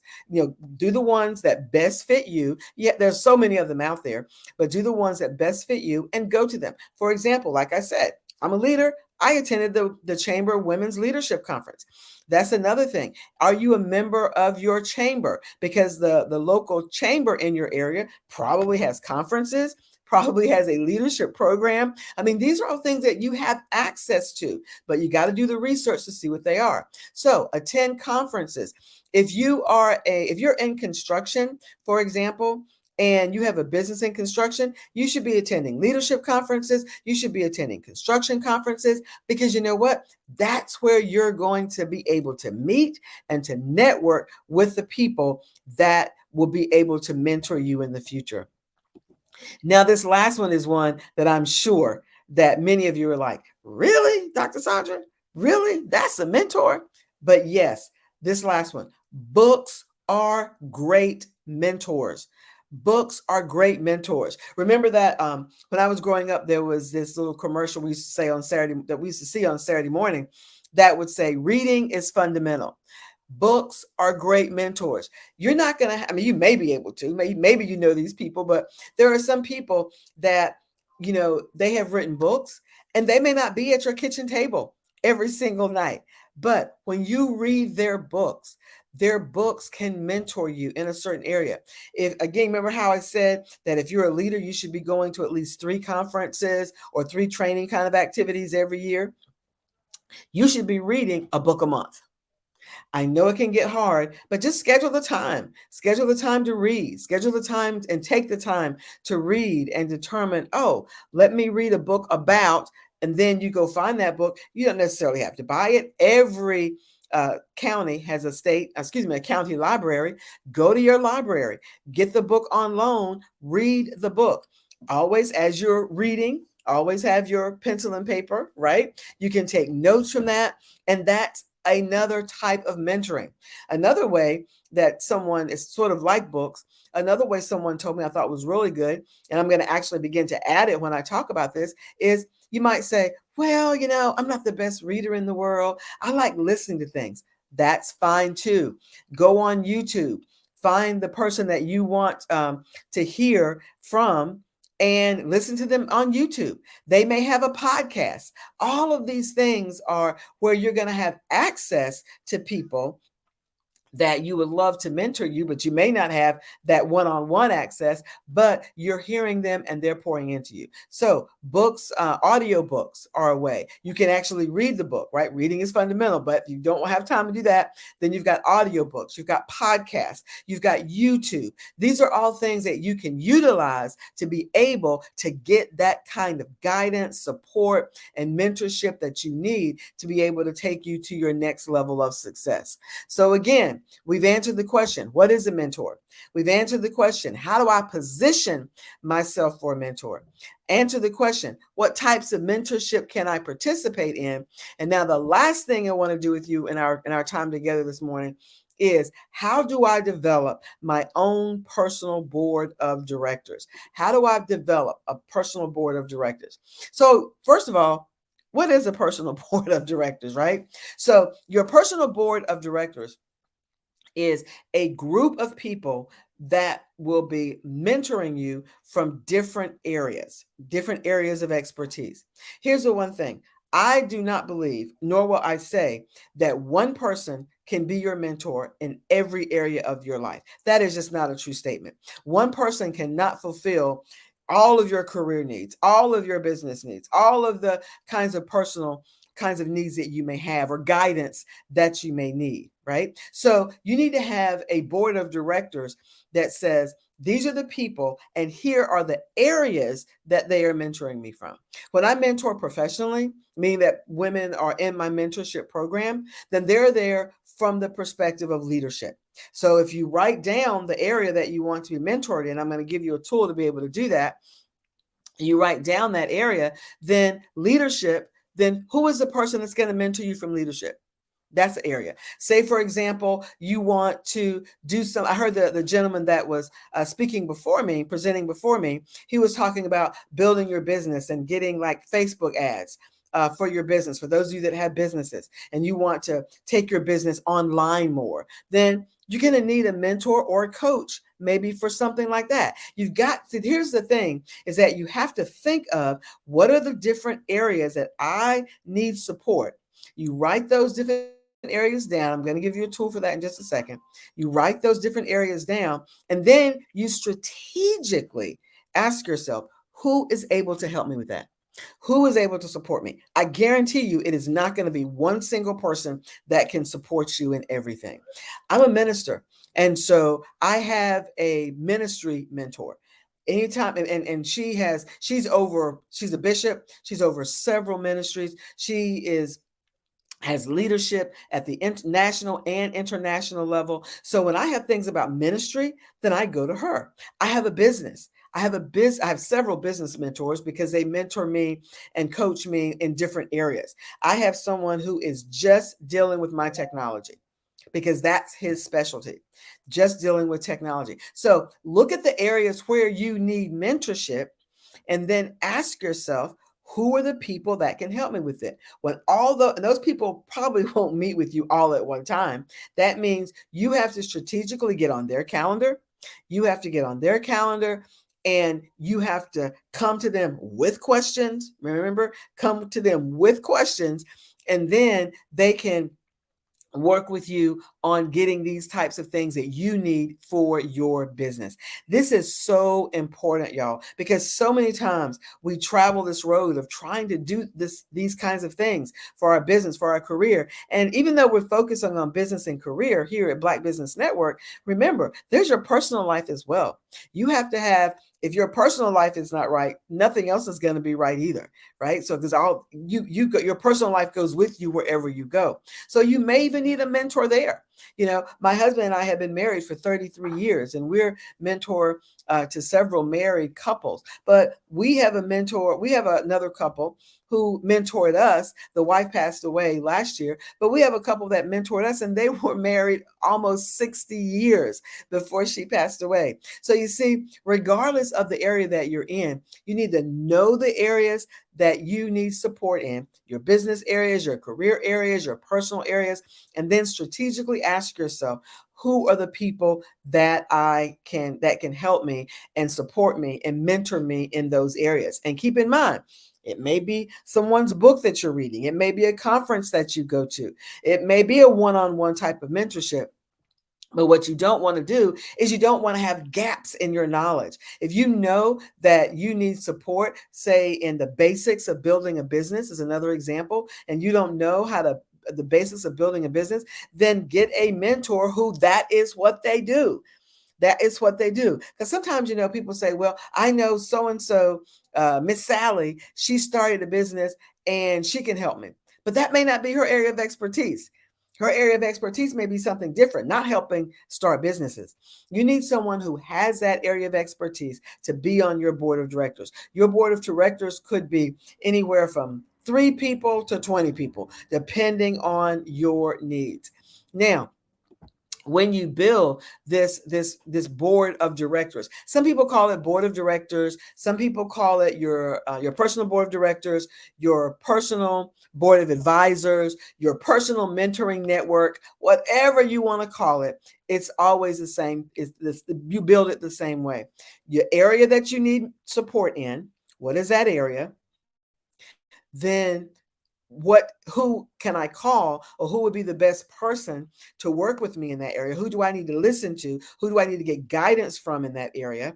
Okay, then you put that down, and then you begin to say, how am I going to get that information? Am I going to get it through a mentorship program, through my organization, for example? Am I going to get it through going to a conference? Am I going to get it through reading a book, listening to a podcast, looking them up on YouTube? How am I going to get that information? And I want to challenge you that once you do this, once you put this information down and you start doing this, then give yourself some dates as to when you're going to make it happen. Because so many times, we'll say, oh, I went to this conference, it was awesome. And then you write down what it is that you are going to do and how you're going to do it. And then here it is, 3 weeks later, you run across that sheet of paper and you go like Lost in New York. Remember the little boy in Lost in New York, that famous picture where he's going, that's because he forgot to do something. And some of us are notorious for this. You need to follow through with action, whatever it is that you're writing. If your mentor gives you something to do, if you go to a conference, if you read a book, if you're listening to a podcast, and there's something there that you get that's going to help your business or help your career, put a date down as to when you are going to make it happen. Now, I don't tell you to do things I don't do myself. Here's my list from yesterday. I've got 3 things that are down here that I put on my list from yesterday from attending the Chamber Women's Leadership Conference, and I'm getting ready to put dates beside them. One of the dates is today. I'm going to take care of it today. So put dates beside them, because that makes you you're accountable for what you said, the actions that you're going to take from that type of mentoring. Well, we covered a lot this morning. We covered a lot. There were some questions that I said that I wanted to answer for you. I answered, what is a mentor? We talked about, why do I need a mentor? What do mentors do for us? We covered, how do I position myself for a mentor? And then we covered, what types of mentorship can I participate in? And the last part is, how do I actually go about getting that personal board of advisors, that personal mentoring network, that personal board of directors, whatever you want to call it? How do I go about doing that? So the next thing, the last thing I want to give you today is, I want to give you an action and a tool to be able to help you be able to develop your own personal board of directors. Okay, so you'll have a tool to help you with that. So if you go to personalmentorshipplanner.com, personalmentorshipplanner.com, you'll be able to download just that, a personal mentorship planner. You'll be able to download a personal mentorship planner that will help you in developing your personal board of directors. In that, I also give you 12 keys for a productive mentor-mentee relationship. We didn't have the opportunity to go through all those today, but you want to be able to determine what's the best way that I can develop this relationship. I gave you a few tips today about writing things down, coming with pencil and paper, making sure that you develop that relationship. But here I give you, in this particular tool, I give you even more. So again, go to personalmentorshipplanner.com and you'll be able to download this mentoring strategies for your success. You'll be able to download that. You'll get some of the points I talked about today. You'll get the 12 keys for a productive mentor-mentee relationship, and you will be able, and there is a tool in there that helps you to be able to develop your own personal mentoring network, board of advisors, board of directors, whatever you call it. There's a tool there to help you do that. And remember that that tool actually helps you do that, but it also holds you accountable, because you are going to put a date that you are going to get these things done and work with the people that are going to be your future mentors. So I hope that you got a lot out of this session this morning. I'm going to hand it back over now to our MC this morning. And remember that genius is common.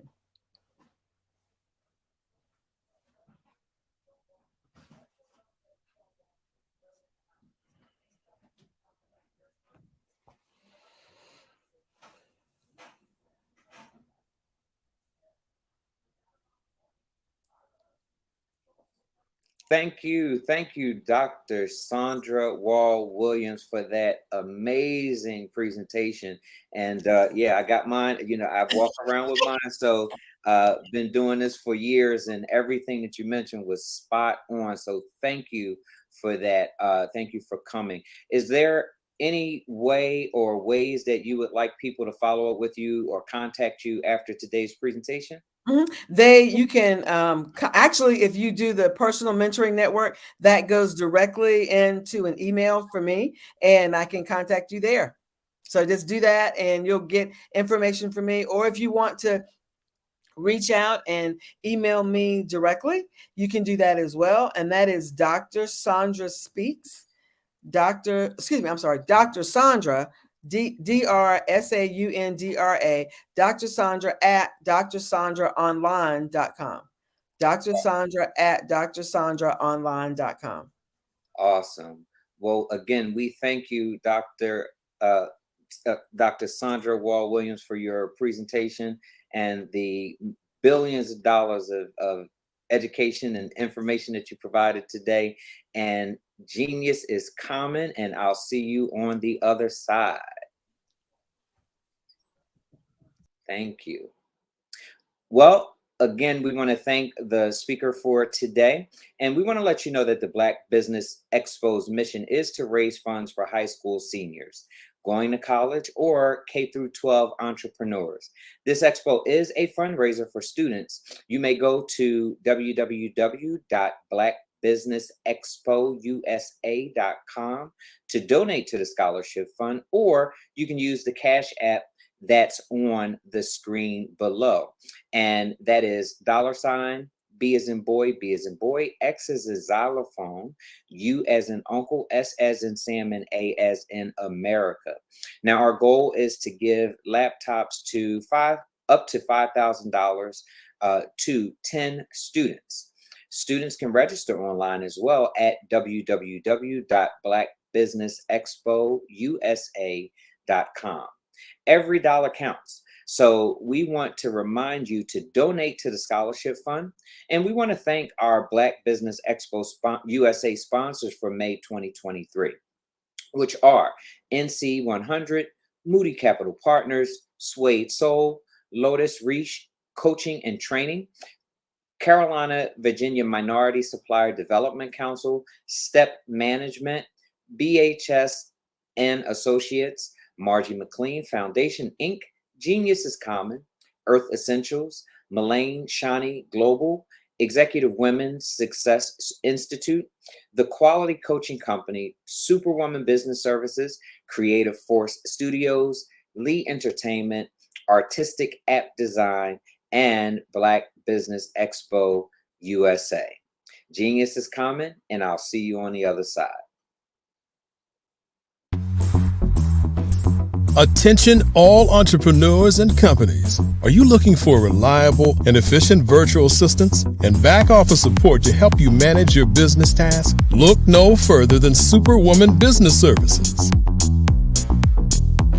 Our team of virtual assistants provides a full range of administrative support services, including operations management, social media marketing, and much more.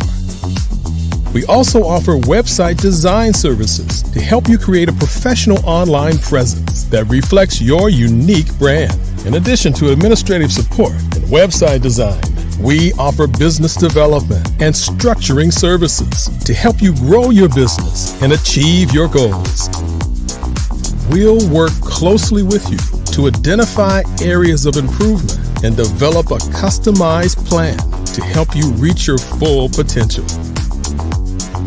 At Superwoman Business Services, we understand that running a business can be overwhelming and time-consuming. That's why we're here to help you fly high and achieve success. Our virtual assistants are highly skilled, experienced, and dedicated to providing you with the support you need to thrive. Come fly with us and take your business to new heights. Let us help you become the superhero entrepreneur you are meant to be.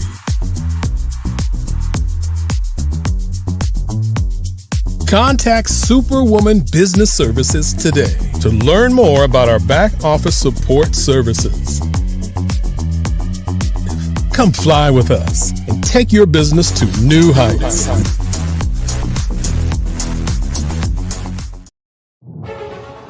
In the heart of America, there are dreams waiting to be realized. Dreams of owning a home, creating a haven for families, and building a future. Yet, there are 13 million mortgage-ready home buyers and nearly 20 million renter households who have the credit and income to qualify for a mortgage but remain left out of the home buying process. These potential home buyers are in urban and rural America, where dreams should flourish. The big banks, the giants of finance, have all exited the mortgage lending business, decreasing their lending footprints across America. They are no longer present and active in these communities.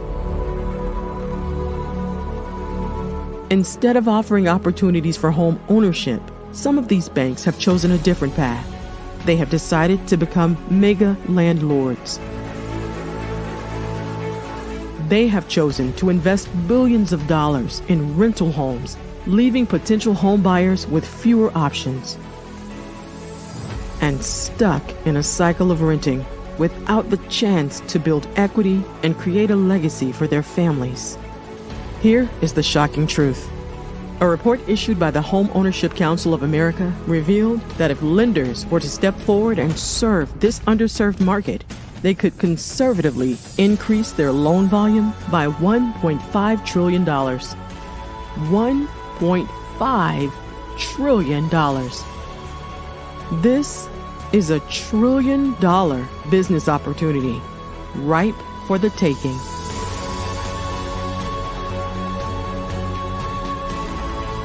That's why I Have a Dream Home is here. We support the American dream of home ownership in urban and rural America. We believe in the power of social consciousness and the impact it can have on people's lives. Investing in urban and rural America is not just good business sense. It's a moral imperative. Our mission is clear. Become the go-to mortgage lender in these communities. Create a pathway to home ownership for all Americans, breaking the cycle of poverty by empowering families to build wealth, stabilizing our communities, and taking pride in our country. I Have a Dream Home. Unlocking dreams, transforming communities, and rewriting the story of American home ownership. For more information, scan the QR code or visit our website at www.ihaveadreamhome.gold. Did you know a typical passenger vehicle that has a fuel economy of about 22 miles per gallon and drives about 11,500 miles per year emits about 4.6 metric tons of carbon dioxide on an annual basis? In order to save this planet we call home, we have to make an immediate change in the way we navigate everyday life. Derrick Automotive is that change. Our ambition is to build full-size, near-zero emission electric drive vehicles that don't rely on the electric grid. Derrick Automotive makes driving an electric vehicle extremely convenient without sacrificing a sleek, modern design that is sure to capture the attention wherever you go.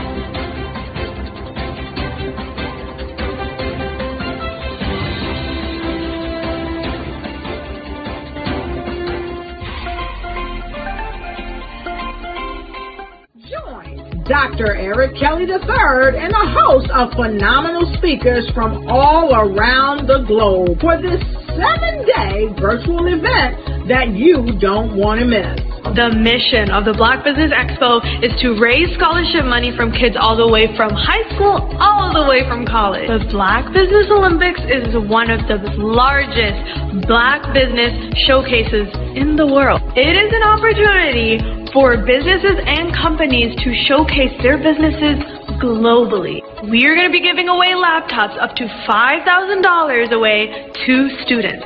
Again, I'm Olivia Appleberry, the founder of 2 Cents Finance and one of the speakers for the expo. I am so excited to see you there. For more info, go to www.blackbusinessexpousa.com or call 919-308-9090 and hope to see you there. I am Black business.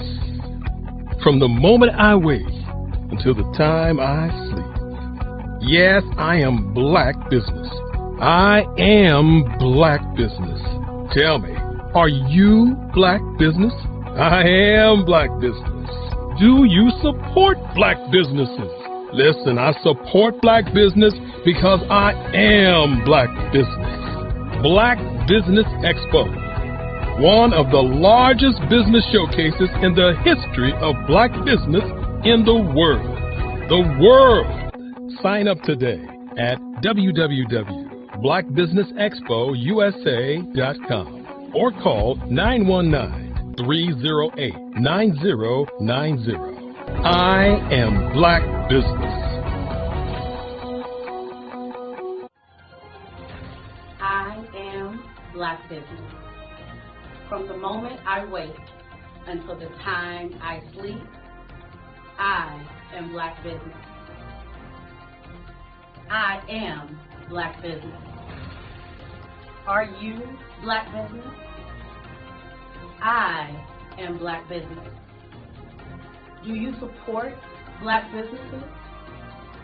I support Black business because I am Black business. Black Business Expo, one of the largest business showcases in the history of Black America in North Carolina. Sign up today at www.blackbusinessexpousa.com or call 919-380-9090. I am Black business. I am Black business. From the moment I wake until the time I sleep, I am Black business. I am Black business. Are you Black business? I am Black business. Do you support Black businesses? I support Black business because I am Black business. Black Business Expo, one of the largest business showcases in the history of Black America in North Carolina. Sign up today at www.blackbusinessexpousa.com or call 919-380-9090. I am Black business. I am Black business. From the moment I wake until the time I sleep, I am Black business. I am Black business. Are you Black business? I am Black business. Do you support Black businesses? I support Black business because I am Black business. Black Business Expo, one of the largest business showcases in the history of Black America in North Carolina. Sign up today at www.blackbusinessexpousa.com or call 919-380-9090. I am Black business. Dr. Eric Kelly III and a host of phenomenal speakers from all around the globe for this 7-day virtual event that you don't want to miss. The mission of the Black Business Expo is to raise scholarship money from kids all the way from high school, all the way from college. The Black Business Olympics is one of the largest Black business showcases in the world. It is an opportunity for businesses and companies to showcase their businesses globally. We are going to be giving away laptops up to $5,000 away to students. Again, I'm Olivia Appleberry, the founder of 2 Cents Finance and one of the speakers for the expo. I am so excited to see you there. For more info, go to www.blackbusinessexpousa.com or call 919-308-9090 and hope to see you there.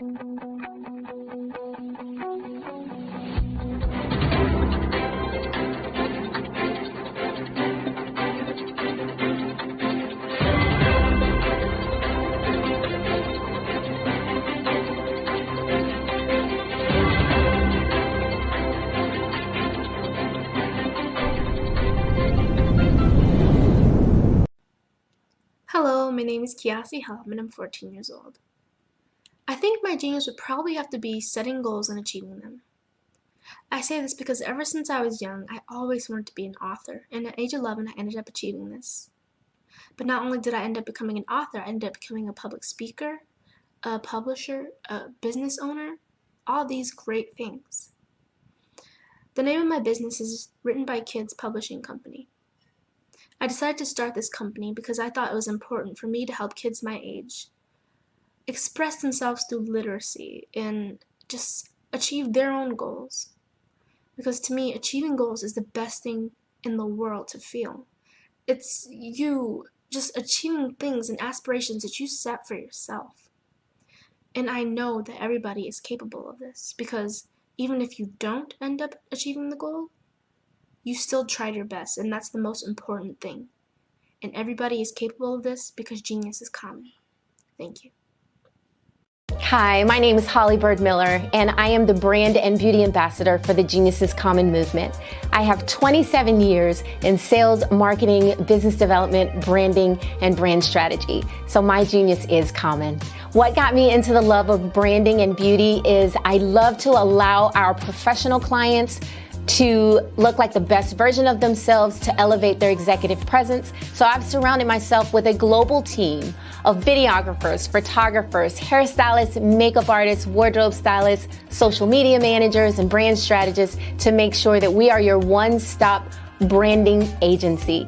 So I am so proud to be the brand and beauty ambassador for the Genius is Common movement. My genius is common.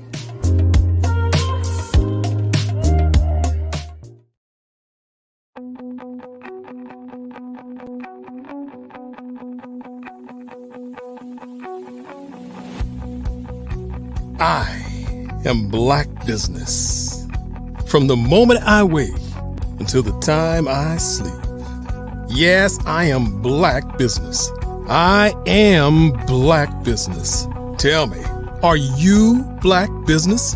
I am Black business. Do you support Black businesses? Listen, I support Black business because I am Black business. Black Business Expo, one of the largest business showcases in the history of Black business in the world. The world! Sign up today at www.blackbusinessexpousa.com or call 919-308-9090. I am Black business.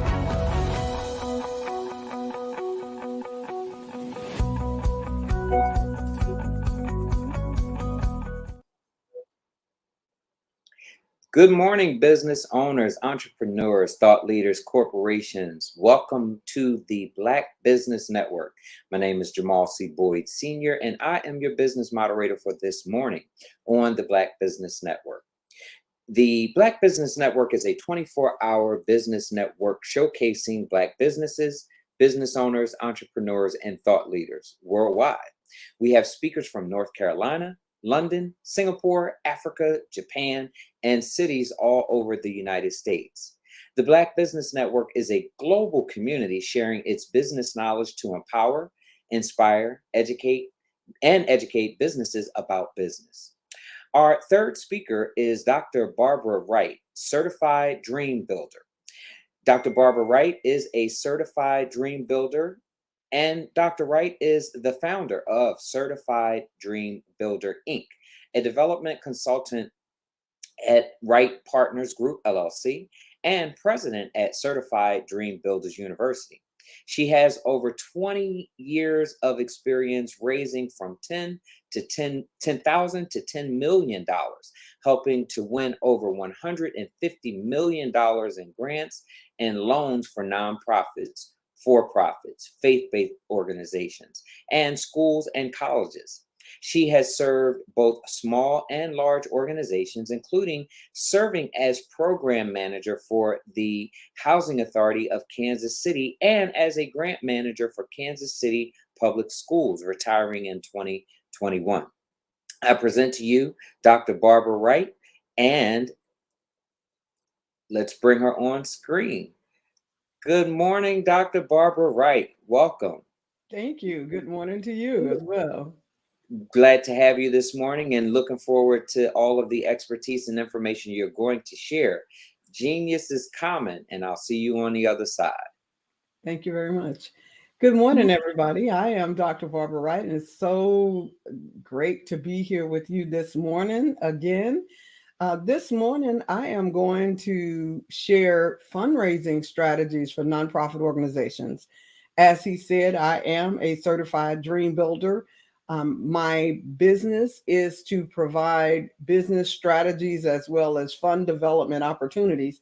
And many times when people see me, they see the grant lady.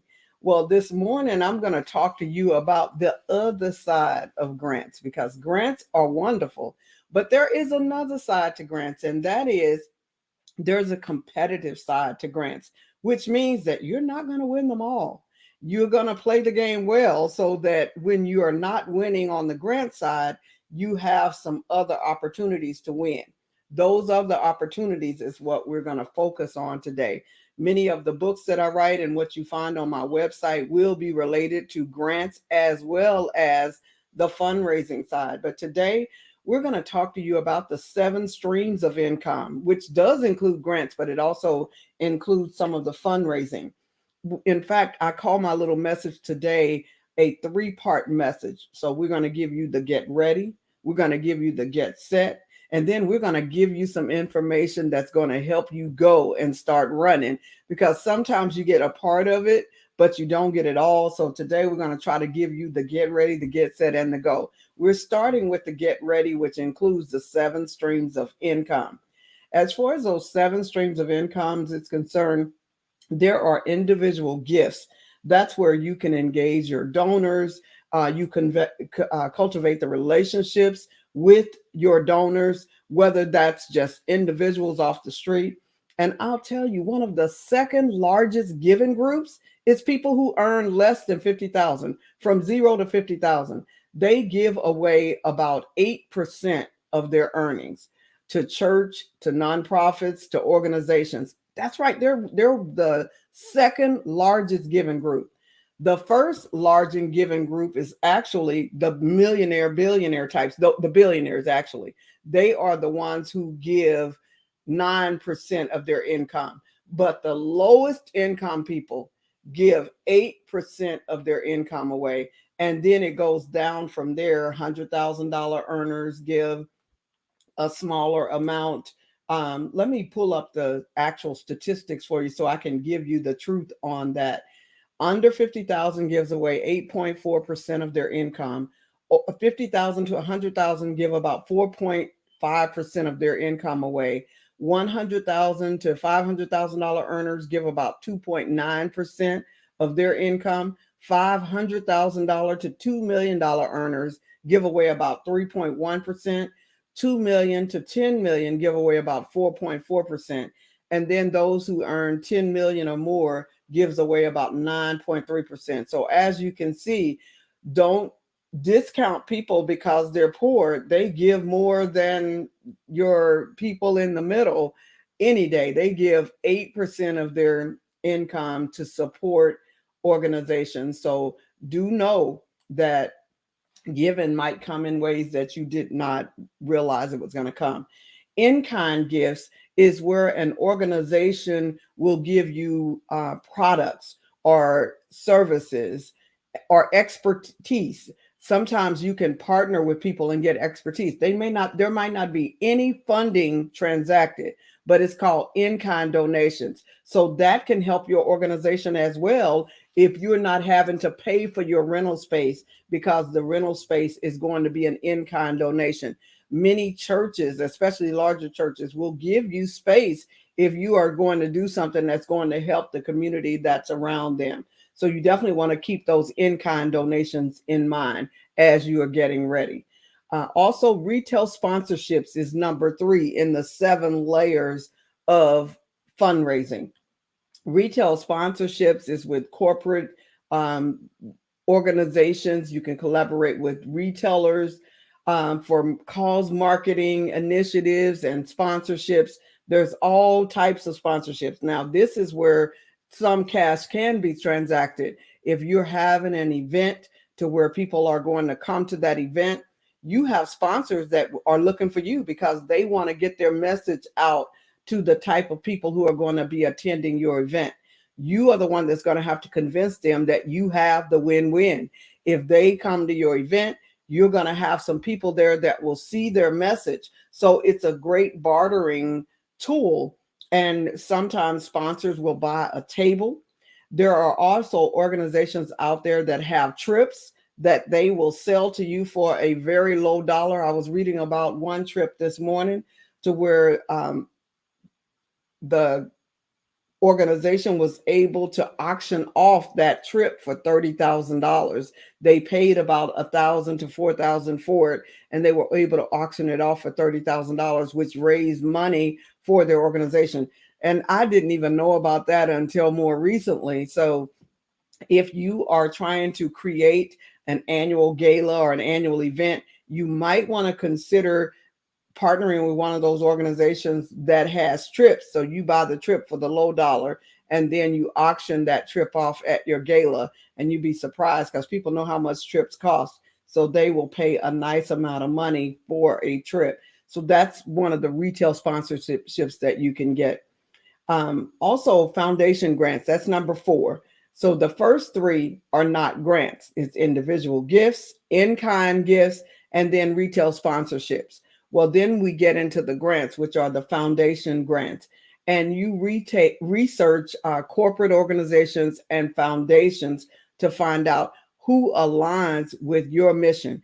Every organization will not align to what you are trying to raise money for, but there are some organizations who will align. So in looking for foundations and corporations who are giving money out, make sure that you have a good mission statement written out and that you are looking for organizations that align with what you are trying to do. Then we move to our local grants. In our local grants, that's your local government and your community-based grants. Your local government is your city, your county. A lot of times they have grant money that they are giving out. So consider that as far as your grants are concerned. And then we move to the state grants. These are the 7 layers of funding, according to Dr. Wright. Expand your reach and impact. That's what the state grants are going to do. With your local grants, you're able to just serve locally. And in your county grants, you're just able to serve in your county. But when you get state grants, it allows you to expand that reach to your entire state. Then the mother of them all is the federal grants, where they do give larger grants. They are a little bit more technical to apply for, but it does give you more money. So those federal funding initiatives help you to definitely reach a broader audience, because now you can serve the nation rather than just your area. Now, when you do write your federal grants, you are telling them what area you're going to serve. So you may just stick to a region, or you may be working with multiple states, but it does definitely allow you to work with a larger audience. Now, those are the 7 layers of funding.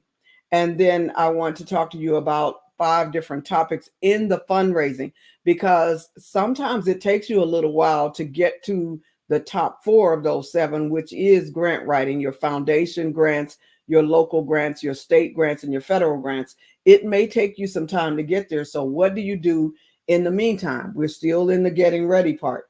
The first thing that we're going to talk about is developing a fundraising strategy, and then planning and executing successful fundraising events, then leveraging technology for fundraising, and then building relationships with your donors. We'll talk a little bit about that. And lastly, making sure that you measure your success. So as far as developing your fundraising strategy, you want to make sure that your goals are aligned. You want to engage your donors, whether they're individuals or whether it's a state or local or corporate donors that you're going after. You want to diversify your methods as to how you're going with them. You want to do galas, auctions, charity walks, endowments. You want to have a variety of different ways to engage people. You want to plan comprehensively to where you're including everything, and then adapt, because what you came up with may not work. You want to identify targets. You want to engage.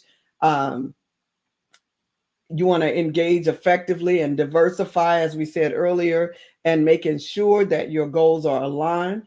You want to explore grants and sponsorships to make sure that you're diversifying. You want to plan a timeline so that you know when you're hitting in the right space, and you know that, okay, by May, we're going to have this done. By June, we're going to have this done. We're going to have all of our volunteers in place and trained by this date. So you do have to have a timeline so that you are ready. You need a budget for everything that you're doing. And in the goal, we're going to talk to you about what that budget looks like. If you're trying to raise $1 million through fundraising, we'll talk to you about what that budget looks like. And then you want to continue to evaluate. That second one, planning, evaluating, and executing your fundraising. You want to do research, and you want to select a suitable event in order to have your to make sure that it's based on your mission. Whatever event you pick, if it's not aligned to your mission, it's not going to serve you well. You want to select realistic budget goals. If you know your faith is down at $10,000, you might as well take off some of those zeros and not necessarily be trying to do the million if $10,000 is more or less what you're wanting to do. You want to make sure you get your volunteers recruited, and you want to plan, market, and engage those people. You want to make sure that you know who your participants are and engage them as well. You want to develop a marketing plan so that you can get the word out, and then you want to be able to implement your effective events management, your registration, your engagement, your donor stewardship. You want to make sure that you have that together. Number 3 is leveraging technology. We know that we have the AI, and if you don't know what the AI is, I would say you need to start studying about that artificial intelligence and learning how you can incorporate that. You want to select suitable online platforms, online donation platforms, so that people can donate to you through Cash App and Venmo and GoFundMe, or whatever it is that you are wanting to do. You want to make sure that you have those together. You want to build your social media presence with impactful content and calls to action. I was so excited this week that I was in the top 5 for Facebook Meta's motivational speakers, and for my content online this week. So you want to make sure that you are doing that. Utilize email campaigns for communication and targeted appeals to where you are targeting certain people. You want to know who are you targeting, because otherwise your information, you're not targeting everybody, because if you're targeting everybody, you're targeting nobody. So you want to know who you're targeting. And then we move to number 4, which is building wealth relationships with donors and sponsors. You want to segment your donor population. Okay, we know we got all of these donors, but you want to cut that down into your slice of the pie. who are you going with, and then you want to effectively communicate with them. Once you know who you're targeting, then you can research and find out what is the best way to target this group. If we are targeting seniors, what is the best way to target seniors? That might not be Facebook. That might be another way. So you want to make sure that you narrow down who your target is, and then use AI to help you find the best ways to target them.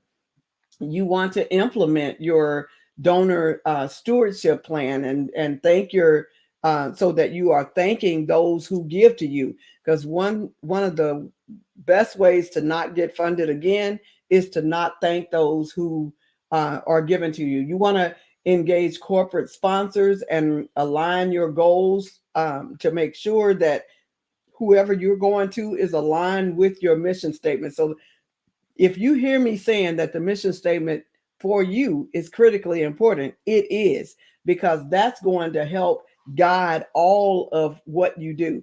It's going to guide those people that are going to help you, because it's a win-win. I was in a clubhouse this morning and listening to people saying they don't know how to go and get sponsors. Well, it's really pretty easy. You have to realize that what you have to offer is what your sponsor need, and who's going to sell that besides you. So you have to keep that in mind. And this is whether you're for-profit or nonprofit. And lastly, on the get ready, you measure that success and evaluate your fundraising efforts, making sure that you know what your key performance indicators are. You have that timeline, so you know what you're supposed to be doing by when. You measure your fund retention goals. If people said they was going to give to you because you have an annual giving platform to where they can give to you every month, did they continue to give? Did they cancel out in the middle? So you want to have information about this, and you want to make sure that you get a return on the investment. You want to collect and analyze the data. If you are having your events, and you want to make sure that you have that CRM system, which is a customer relationship management system, or for those of you who are not that high tech, you at least want to have a spreadsheet so that you know who is giving, who is continuing to give, who do you need to reach out to. So those are the 5 areas that you need to make sure that you cover in the getting ready. So as far as the getting set, okay, so you kind of know how to get ready. You know that you've got to develop your fundraising strategy. You know that you got to plan and execute your fundraising event. You know that you've got to leverage technology. You know that you got to build relationships with donors and sponsors. You know that you've got to evaluate your KPIs, or you've got to evaluate your timeline to make sure that you're doing what you're supposed to do. So then when you come over to the get set, what type of fundraisers are you going to do? Are you going to do galas, auctions, charity walks, endowment solicitation? What type of events are you doing? What is the timing? Do you have a checklist of events? You should have planned all of that in the getting ready, but by now you are definitely honing in on it and making sure that you know what you're going to do each month. You're going to set up that 6-month fundraiser planning checklist, and set up your fundraising goals and objectives. You're going to identify your audience and donor segments. Who are you trying to reach? You're going to develop that comprehensive fundraising strategy. You're going to create that detailed budget and timeline for that, and you're going to cultivate your relationships. You're going to plan and execute engaging promotional strategies. You're going to launch your online donations. You're going to organize your fundraising events and initiatives. These are some of the things that you're going to do as you are making sure that you have that checklist. So once you have that done, the go, you want to make sure that you know who your stakeholders are, your partners. What is that PR? How are you going to get the word out about your event? Your schools, churches, who are those people that are going to be a part of what you are doing? And before you do any of that, you probably need to know that STP approach, which is the segment. Remember, we talked about the whole pie, but you are only going to target a small section of that. And then you are going to position yourself to where they see you. They know that you're out there. This is not only good for the nonprofit, this is also good for the for-profit. Yes, they use the STP approach too. You're going to segment the market. You're going to take your piece of the pie, because you can't target everybody. If you're trying to target everybody, you're not targeting anybody. Who is it that you are trying to reach? Okay, once you determine who you're trying to reach, then you have to set yourself up, whether that's on social media or however you intend to reach them. You got to set yourself up. That's your stakeholders, your partners, schools, churches, expos. All of those are great ways to get your word out to a lot of people. Can you position yourself to be able to go through schools, churches, expos? Are you able to do some PR? Are you able to go through your partners? Are you able to go through your stakeholders? That's community people or community businesses. How are you going to get the word out? Are you going to be able to participate in your local expos?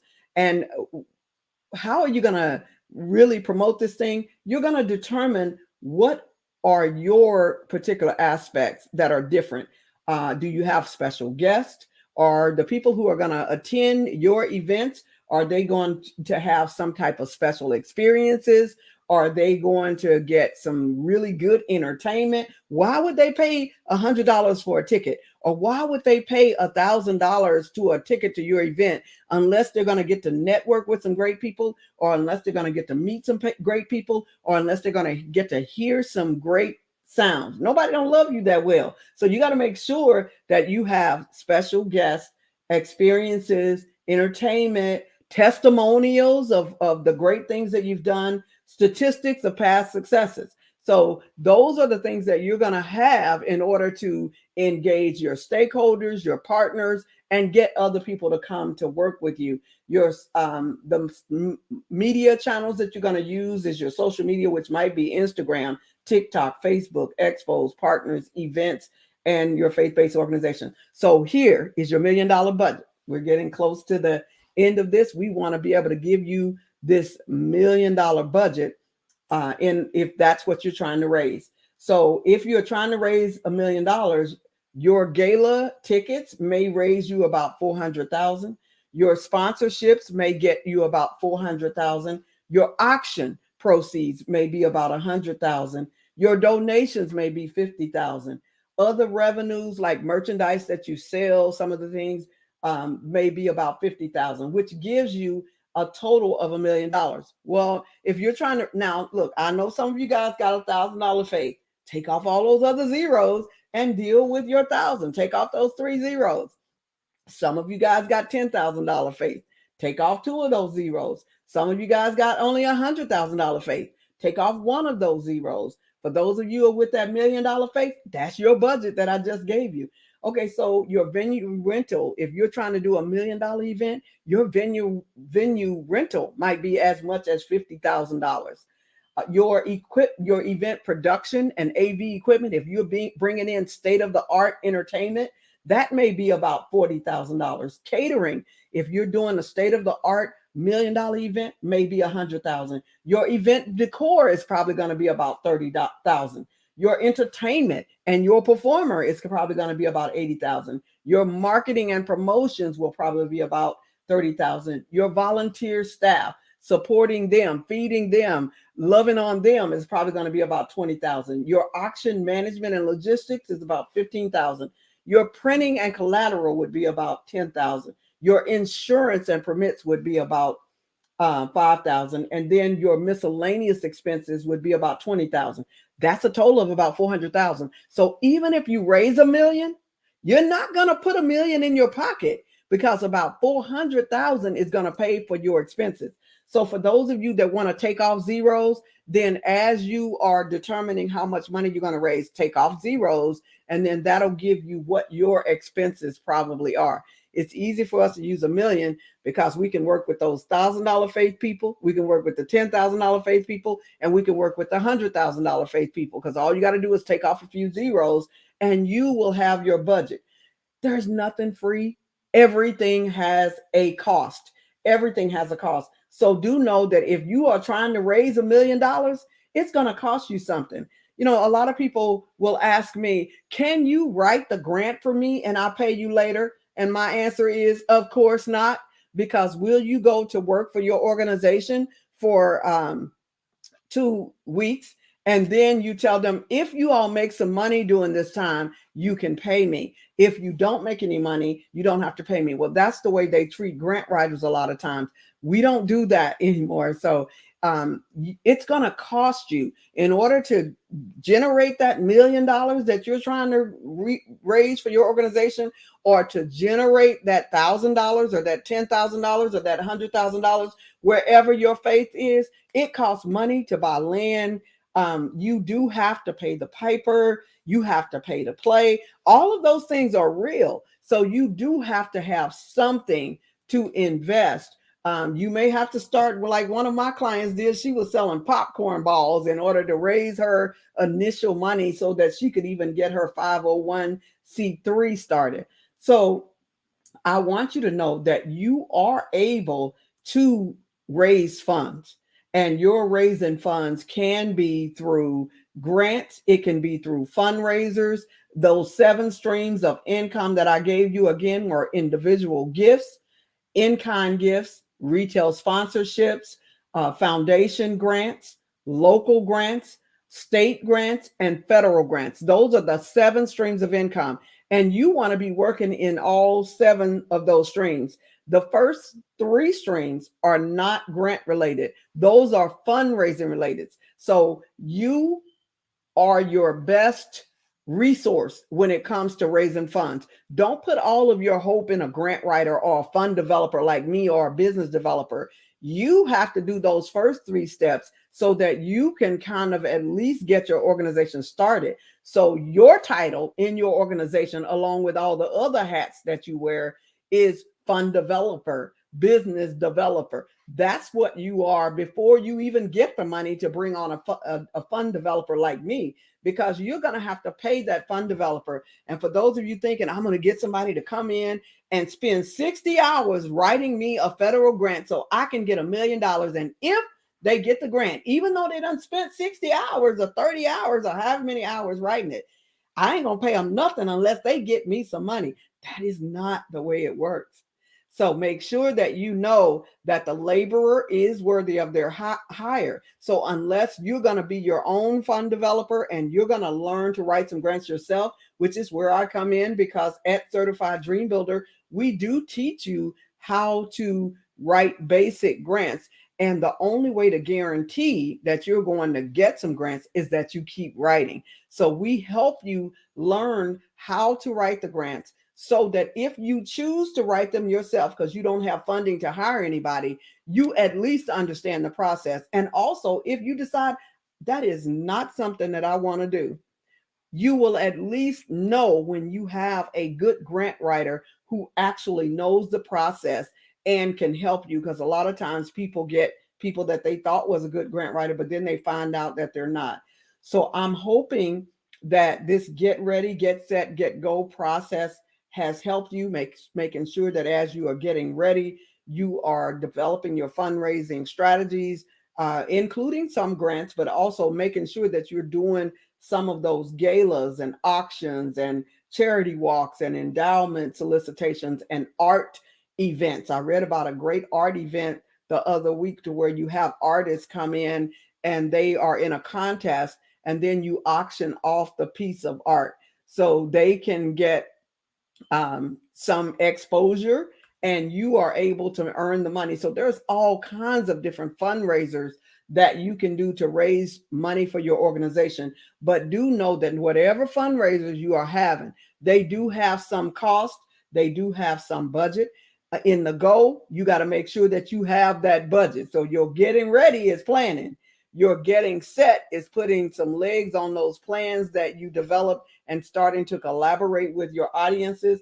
And your goal is to make sure that you've got that budget and that you are prepared to spend your money wisely on the fundraising side, so that by the end, you do have some funds left. You want about 3 to 1 for every dollar that you spend out to raise the money. You want to get back about $3. So if in your planning, make sure that that's how you're planning your fundraisers, that for every dollar you spend in setting up your fundraising plan that you anticipate you will get $2 back. So, as I said, I hope that helps you. And you can reach me at certifieddreambuilder.com 24/7, certifieddreambuilder.com. The information that I gave you today was out of my book called Getting Ready for Grant Writing, and also my Manifesting Millions book. The app that I have developed is 1 Hour to Grants on iOS and on the Android platform. It is 1 Hour to Grant and 1 Hour to Fund. So we have a budget app as well on both the iOS platform and on the Apple and the Android platform that we've developed to help you in writing grants and doing budgets. Hopefully and prayerfully this was helpful to you, and genius is coming. Well, we thank you, Dr. Barbara Wright, for joining us today and again sharing a wealth of information with our viewers today. And you touched on so many things. You know, I, as a nonprofit C-suite leader, have gone through every iteration of what you mentioned today, you know, which is so interesting. Also, thank you for providing your contact information as well, because I believe you will be inundated with a number of people asking a number of questions, and hopefully they will take advantage of checking out your book and looking into those things and nuggets that you've shared. But I've experienced just about every aspect of what you've mentioned, you know, having to write the grant, hire someone, and to also bring in a resource that, you know, was passionate about what we do at our organizations, but eat what they kill. And can you talk a little bit more about that? Because again, there has been a pendulum shift. And I think that people really need to understand like the ethic of not just wanting to bring a grant writer in, but making sure that you compensate them for the work versus you get the grant and then we'll pay you out of the grant once you've gotten the grant. Can you just share a few more nuggets on that? Because I want to make sure that people are very clear about the ethic around that. Yes. Ethically now, the leaders in the grant world are saying, do not write grants and then expect to get paid later. They say that is unethical. You do need to set your rates. So I have a rate set. I have an hourly rate. And in order to do this well, you do need to know grants. A grant writer needs to know grants to know approximately how many hours it's going to take for them to write grants. Now, I have chosen to only do the federal grant, so I know approximately how long it takes to write a federal grant. I do some state grants and some federal grants. So I know approximately how long it takes to write state and federal grants. I leave the foundation grants to those who like doing those. And the foundation grants are as different as night and day from each other. So you do have to know those. But if the grant writer knows approximately what it's the amount of time it's going to take them to write those grants, then they can give you a fairer price on that. Now, to me, the leaders have also said that you can get a bonus after the fact. So if you have a fee that you charge up front, you charge that fee, but then if the grant is funded, you can get a bonus. Sometimes it's oxymoron. It's basically the same thing. It's just that you call it a different name. So now, but you're not getting the whole bonus at the end like people had tried to do in the past. They wanted you to do all of this work, and then if you get the grant, they might give it to you. But what people fail to realize, or what organizations fail to realize, is you don't have control over some of the things that happen with grants. If an organization or a foundation is only giving out one grant, they may already have someone in mind for that grant, but they're going to open it up and take 300 applications. So all 300 of those people have paid a grant writer, or let's say half of them paid a grant writer. And so they've lost their money when that organization already knew that they were giving that grant to one organization. So that's why grant writers cannot work like that, because we have no control of what's happening in those boardrooms. No, and again, seeing it from every side of it, from being the decision maker on it, but also writing the grants and putting in that effort and going through that process, that bid process, that RFP process that, again, is already secured, but because of guidelines and guidance, people have to go through that process just to make sure that it was a transparent and clear process. And the other thing I think I've heard you say in your presentation is that as the grant writer, having a contractual relationship as well as some guidelines within that contractual relationship, a retainer fee possibly, so that you can secure those upfront expenses and costs to be covered while you engage in a level of work that will allow, you know, individuals to respect and value your time and commitment. And again, I really appreciate that part of your presentation, because people generally tend to take that for granted.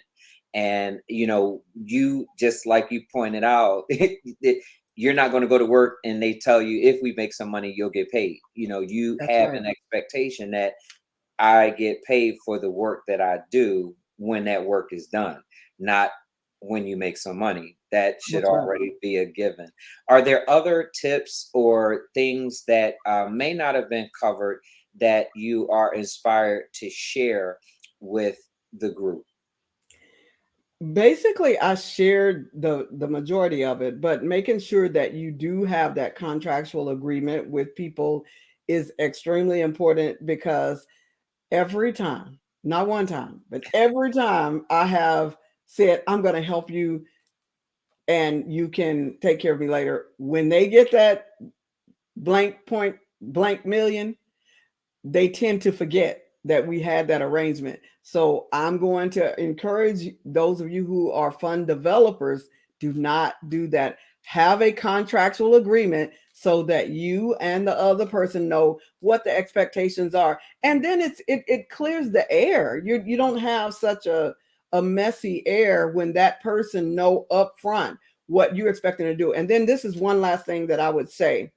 Know that no grant writer can come in and write for you if you don't have a program. You must have a program, because if you don't have a program, I have divided my services up into those who are ready for grant writing and those who are not.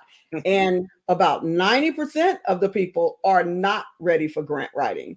And then the other 10% are. Now, we can get a person ready, but that's not considered grant writing. So some people want to come to the grant writer and they want the grant writer to develop the program. They want them to develop the budget. They want them to develop everything. They want them to develop all aspects of the program.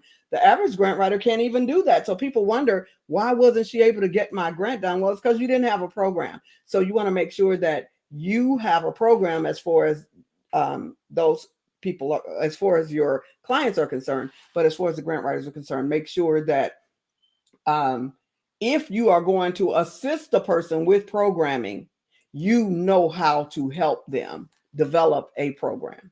Yes, because that comes at a different cost, right? It comes at a different cost. There's That's a exactly different right. level of work that goes into the programmatic development, with the fund development piece built on top of that or integrated within, as you help them, because like you said, that 10% are not the 90%. And the other thing you mentioned, which is critical, if it's not in writing, it didn't happen.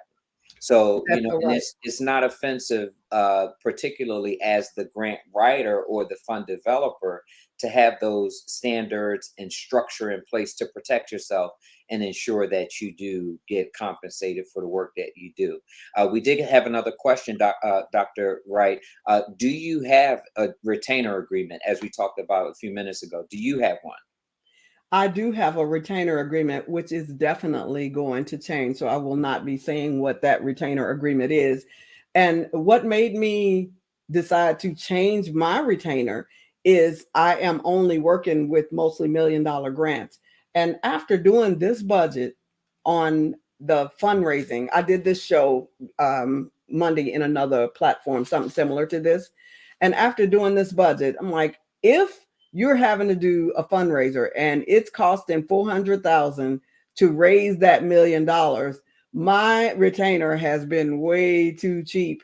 And the other reason that I know that my retainer has been low is when you are doing this work, you as a grant writer, for those of you out there who are grant writers and fund developers, and even for our clients, know that your grant writer is valuable to you, and you will work them to death if you don't pay them to where they can pay some help.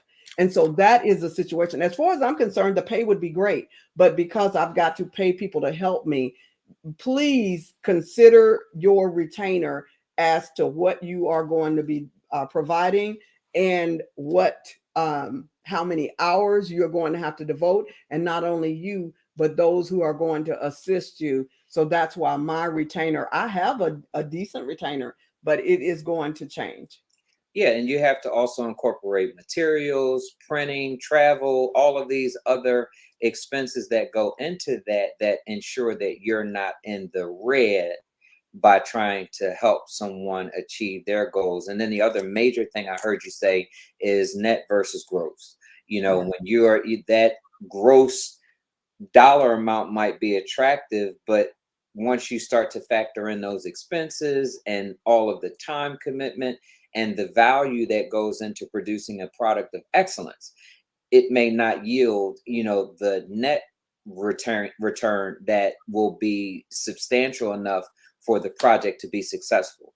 And that's another thing that I think particularly leaders disconnect with, because you get attracted to that $1 million award, but don't understand the net implications that go along with it. So thank you so much for sharing. Again, you can't put a price on what you shared this morning, because it's literally things that are game changers for both individuals or organizations.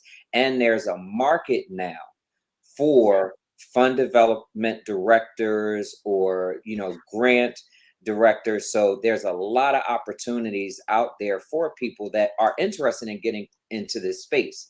And if they know how to do it and do it well, they can be on the other side here sharing what you've shared, from a success perspective. And I wish you well in your work and efforts going forward as well, because you are a hot commodity in this space as it relates to, organizations that can use and need your help right now.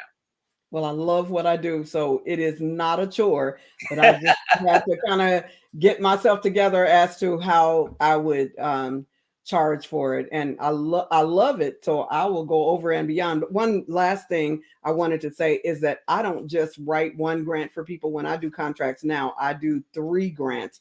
And so it works well for my client and it works well for me. And so other grant writers out there might consider doing that too. So it's not just one and done. And what I promise to give them is verbiage that they can use again and again. And I have clients that are using the same verbiage that I wrote 20 years ago, getting grants every year. Our Kansas City Public Schools, they're using some of the documents that I have written for them, and they've gotten $5 million a year on one, 300 and some thousand a year on another one, just from those documents. So even if they don't get the grant, you are giving them an asset. Well, and the opportunity there is you structure them with a template, but then also it's kind of train the trainer approach. You teach them how to fish so that they can eat more often and frequent. So no, that is, a phenomenal approach. And I've actually, again, similarly done the same, where we've hired a grant writer or a fund development person contractually to do just that. What's out there globally that we can apply for, take the shotgun approach and apply for 10 or more grants at a time, and we'll see what sticks, because the attraction rate might only be 30%. So you have to go after more than one so that you don't put all of your, things in one barrel. We did another question for you before we let you go. So what is your ideal client? My ideal client, for me personally, now this is not other grant writers, but for me personally, you must already be registered on grants.gov. You must be registered on SAM. You must have an active UEI. If you don't have those, you don't get my free 30 minutes. If you have those in place, you get my free 30 minutes. Because if you have been able to jump through those hoops, then more than likely I can assist. And that puts them in the 10%, right? Yes. Okay. All right. Well, no, that has been, again, phenomenal, Dr. Wright, and really, really appreciate the value of your time today and sharing, this wealth of information, and not just nuggets, but hopefully people will take part in investing in the opportunity to engage with someone like yourself and to utilize your services to their benefit. So we thank you for that today. You've given us your contact information, and genius is common, and we'll see you on the other side. Thank you.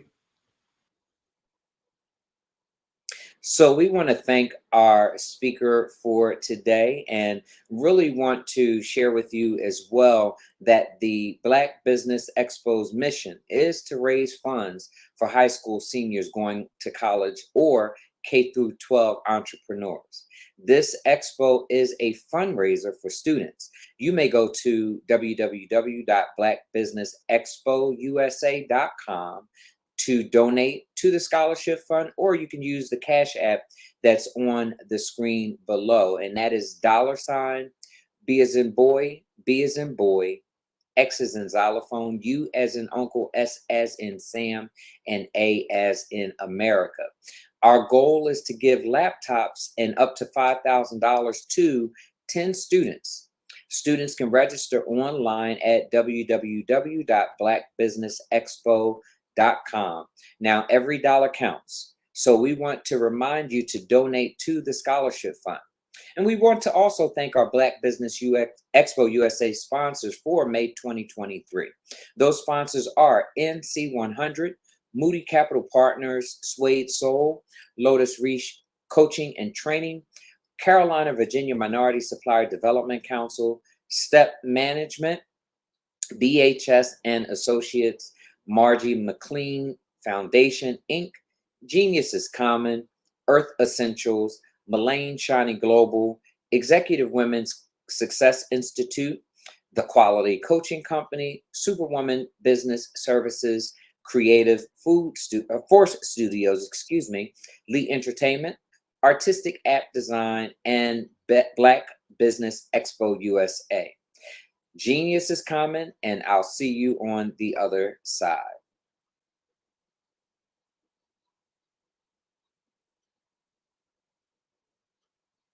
A 10-year-old founder of a company. Meet Carter, ladies and gentlemen.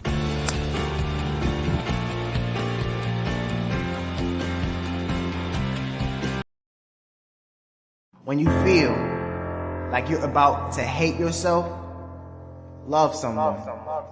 And when you feel like you're about to hate someone, love yourself. And when you feel like it's the end of the world, breathe and remember that you have to go inhale in order to exhale deep. Like a person who thinks too much, I thought about the word genius and thought, genie in us. Then I thought, if there's a genie, then there must be wishes. So I made a wish upon my genius and became inspired to write a piece about war and the way that it destroys worlds, boys and girls weeping over spirits no longer married to the corpses that carried them as child, laughing, funny. How air forces its way back in even when we just want to exhale. Well, I didn't finish that poem because I'm a firm believer in oneness. So no matter how much I disliked the military, I kept coming to the conclusion that all the soldiers in the army are me. So I went back to my genie and I made another wish. I wished for words that would uplift.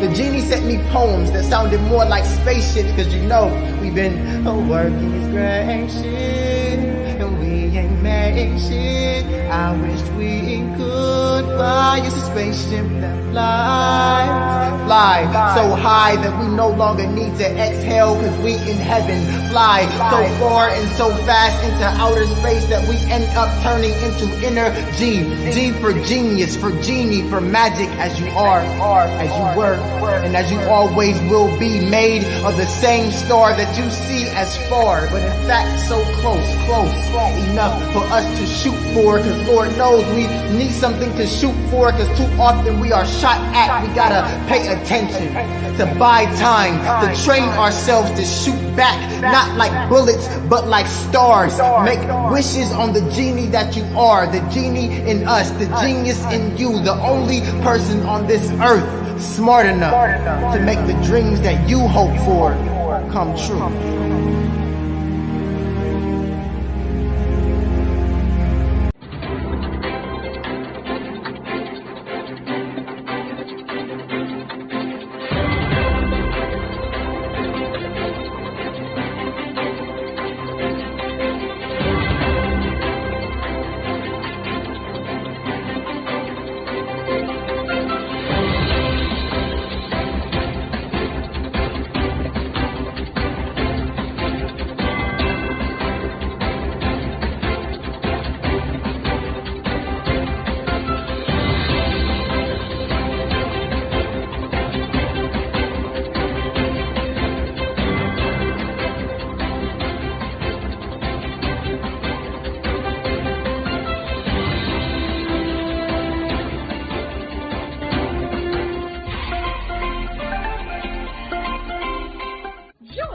Dr. Eric Kelly III and a host of phenomenal speakers from all around the globe for this 7-day virtual event that you don't want to miss. The mission of the Black Business Expo is to raise scholarship money from kids all the way from high school all the way from college. The Black Business Olympics is one of the largest Black business showcases in the world. It is an opportunity for businesses and companies to showcase their businesses globally. We are going to be giving away laptops up to $5,000 away to students. Again, I'm Olivia Appleberry, the founder of 2 Cents Finance and one of the speakers for the expo. I am so excited to see you there. For more info, go to www.blackbusinessexpousa.com or call 919-308-9090 and hope to see you there. I am Black business.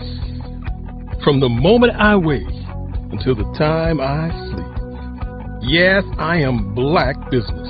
I am Black business. Tell me, are you Black business? I am Black business. Do you support Black businesses? Listen, I support Black business because I am Black business. Black Business Expo, one of the largest business showcases in the history of Black business in the world. The world! Sign up today at www.blackbusinessexpousa.com or call 919-308-9090. I am Black business. I am Black business. From the moment I wake until the time I sleep, I am Black business. I am Black business. Are you Black business?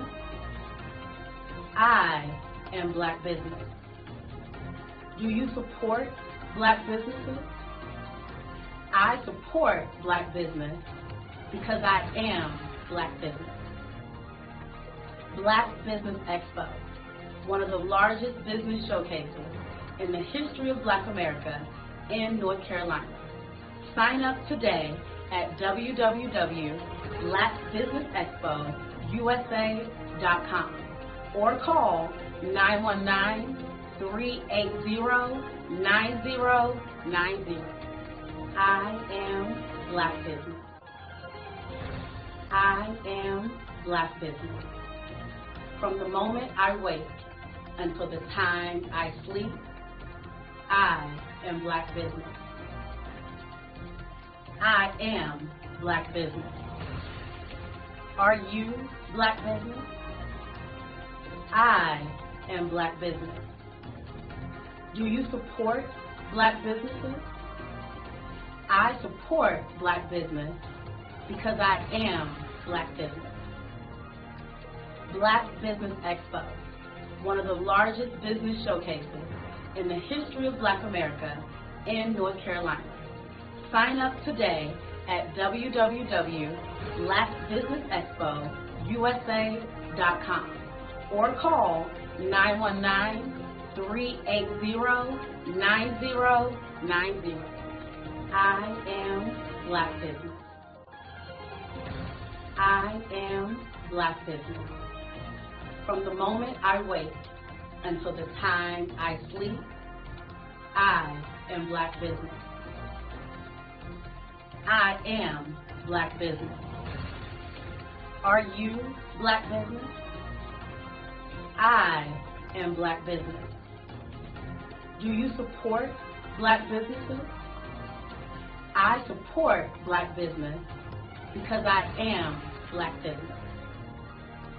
Black Business Expo, one of the largest business showcases in the history of Black America in North Carolina.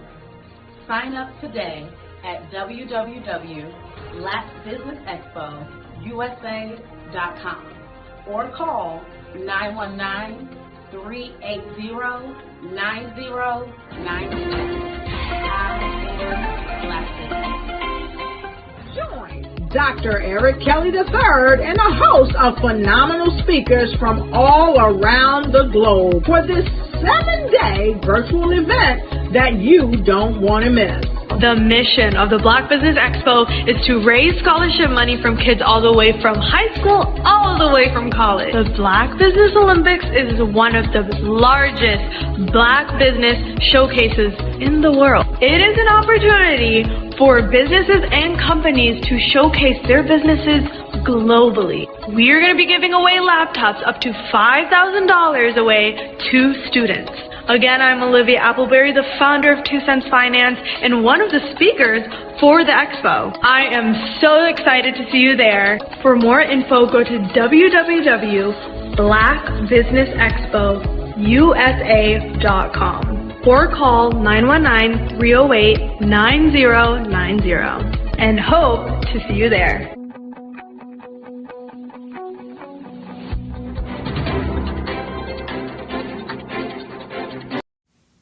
Did you know a typical passenger vehicle that has a fuel economy of about 22 miles per gallon and drives about 11,500 miles per year emits about 4.6 metric tons of carbon dioxide on an annual basis?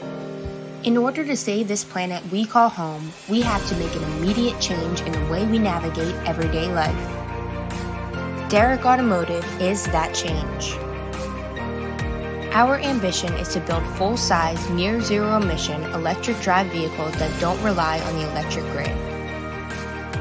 Derrick Automotive makes driving an electric vehicle extremely convenient without sacrificing a sleek, modern design that is sure to capture the attention wherever you go.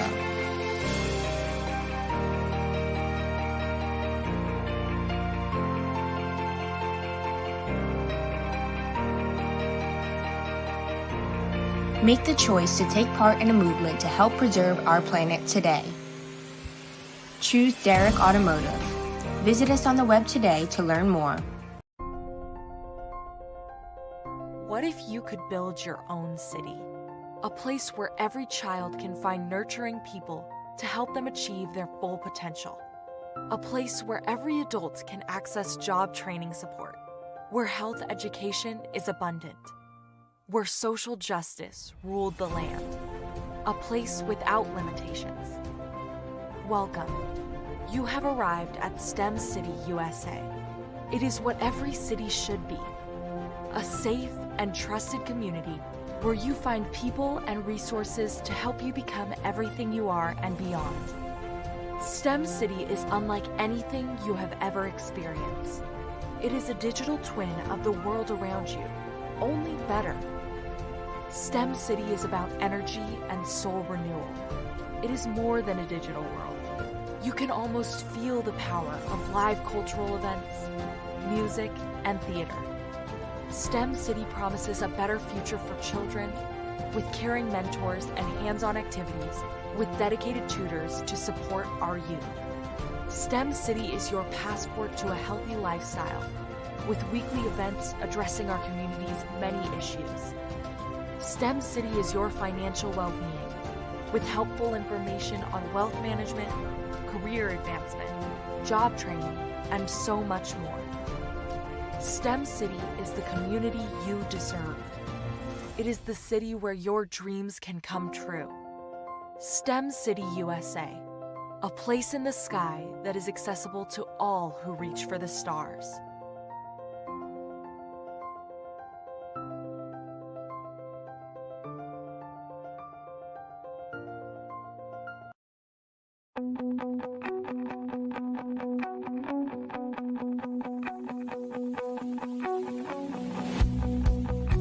I am Black business.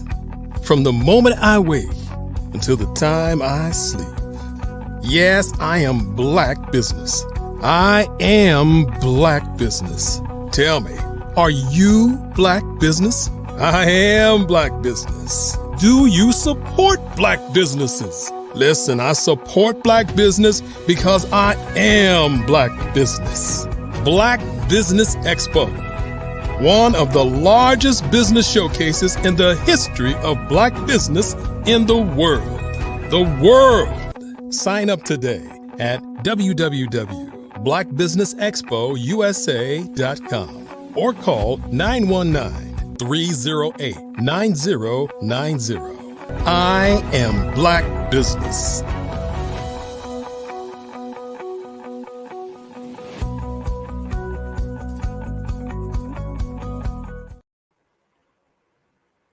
Good morning, business owners, entrepreneurs, thought leaders, and corporations. Welcome to the Black Business Network. My name is Nikisha Prince Haynes, and I am from the beautiful island of Barbados. I am your business moderator for this morning on the Black Business Network. The Black Business Network is a 24-hour business network showcasing Black businesses, business owners, entrepreneurs, and thought leaders worldwide. We have speakers from North Carolina, London, Singapore, Africa, Japan, and cities all over the United States. The Black Business Network is a global community sharing its business knowledge to empower, inspire, and educate businesses about businesses. Our next speaker is Melissa Perkins of You Think Indigo. Ms. Perkins is the founder of You Think Indigo, formerly Blue Star Virtual Learning. She has a training institute of the education and philosophy, which uses the Indigo approach. Her profound work elevates the way humanity views intelligence and educates learners. Her company serves clients around the globe, including North America, Africa, Asia, and Europe. I present to you Miss Melissa Perkins.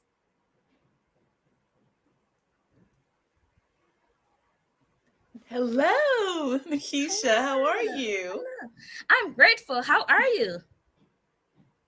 I am wonderful. It's such an honor to be here with Black Business Network. I love when we have the Olympics. It's amazing. Wonderful, wonderful. Well, welcome to the show. And I can hardly wait for you to drop some golden nuggets on us. Genius is coming, and I'll see you on the other side. Wonderful. Thank you so much. Well, hello, everyone. I am super, super excited to be here representing You Think Indigo as the founder, being a part of this prestigious collective of Black geniuses. I am a global think tank. And so I am super excited to talk to you all today about actually what a think tank does. So I'm going to have to use my active imagination, and pretend as if you and I are sitting at a table. And, I like to have tea with people. And so normally when I do things virtually and I meet a client for the first time, I like to kind of take away the stuffiness of the typical corporate interactions and just build a relationship and a rapport. So if you will allow me to use our active imagination and do that today. So, a global think tank, huh? I can tell you that prior to starting one, I had never actually used one. I've heard of think tanks. I come from the world of academia. My background is I'm a classically trained educator. And I actually worked in the university at one point as an adjunct professor. So I heard of think tanks, but I never, as a consumer, used one. So why in the world would I step into something that I'd never used as a client or worked in at all? Well, what happened is I rebranded my company from Blue Star Virtual Learning, which was an ed tech company, serving families around the world who were homeschooling their children or home learning. And I would design customized programs for them. And I used my philosophy of education to create a very unique experience. And what ended up happening is not only was I able to help parents design customized learning plans for their children, but many of the parents in the homeschool world are business owners. They had to start businesses to be able to have a lifestyle or work schedule that would allow them to educate their kids at home. And so we ended up having great, meaningful conversations about how they could run their companies and educate their children at the same time. And they really admired the way I started my own business, how I bootstrapped it, how I started with very little to no resource and pivoted out of one industry and created my own thing. And so these great organic conversations turned into strategy session. And before I knew it, I wasn't just talking about academia as a classically trained educator, helping parents educate their own kids, but I was also talking about how they could solve the problem of running a business and earning revenue while teaching their kids at the same time. So when we rebranded, I decided to really hone in on when I renamed the company, what created that scenario? What caused that to happen? And it was a philosophy. It was the way that I come at not only life, but the way I come at business, the way I come at education, the way I come at working together in communities. And I called it the Indigo approach. And it's 7 principles that guide people in how to learn with other people and work with other people around a vast variety of topics. And so that philosophy came with a name called You Think Indigo. And I use the term indigo because I'm a very neurodistinct type of learner. In fact, the reason I could pivot and be able to work not only in education, but also take my business experience and have a way showing moment with my families was because in my neurodistinction, I crunch probability at a high rate of accuracy. It is a gift. And when I was very young, about 4 or 5-ish years old, my mother took me to Duke University in beautiful Durham, North Carolina, the RTP area. And she took me to Duke University to have me evaluated because I was talking and doing things in a presumptive way. And I was highly accurate that it gave people the impression I might be psychic or something of that nature. That I am not. What I am is I'm very distinct and I'm able to crunch probability at a high rate of accuracy, as I said earlier. So this was not cultivated very much. And there are other children who are highly gifted intuitively, and they go by this term indigo children. And it's a term that's become much more used in nomenclature and conversations, more so I would say in the past, maybe 20 years. But I grew up in the mid 70s and the early 80s and had my coming of age teen years in the early 90s. And so this wasn't a term that was popularly used. As an educator who's worked around the globe, though, I've been able to learn more, not only about different types of learners who are distinct, but in the process, learning more about myself. So all this to say, bringing it back to the rebranding of my firm, I decided to lean into who I am, how I learn, and how I lead. And I was going to just kind of pivot a little bit, keep a lot of the things that I did in my previous company, and just now that I'm adding the business element, make myself into more of a training institute. Well, fortunately for me, I had a consultant working with me to help with prepping me for Seed 8 funding. And they stepped back with me and my team and they were like, Melissa, I think you're doing something a little different. I think that you're actually not a classical training institute. I think that what you're doing is something very unique. I actually think that you're a think tank. And it kind of jolted me and it jolted my team when we heard this individual say that, because we were like, a think tank. Because we didn't use that word a lot amongst ourselves. We had never really used it as a team. And they explained to us from their expertise and their experience in the business world why they thought that we were that. And after they explained it, and the gentleman who actually did it was named Scott Harrell. He's now our CFO with our team. We all disagreed. So what I wanted to do today is really take the time to enlighten any of you out there who maybe have heard of think tanks, but you don't really know what they have to do with you or how we even apply them beyond maybe being embedded in a government institution or an academic place. And so I took the time to kind of think through my thoughts with my team. And so, you might see me look down a little bit, but I just want to make sure that I really capture everything, because I'm going to be having a conversation with you. I'm not going to be reading to you, but sometimes I want to refer to things because I want to be so clear in helping people really understand this concept. So a global think tank is essentially a group of experts from different parts of the world who gather either physically or virtually to discuss research and brainstorm solutions for complex global issues. These could range from climate change and poverty to international relations, public health, technology, and so on. So to simplify it, it's just a band of experts.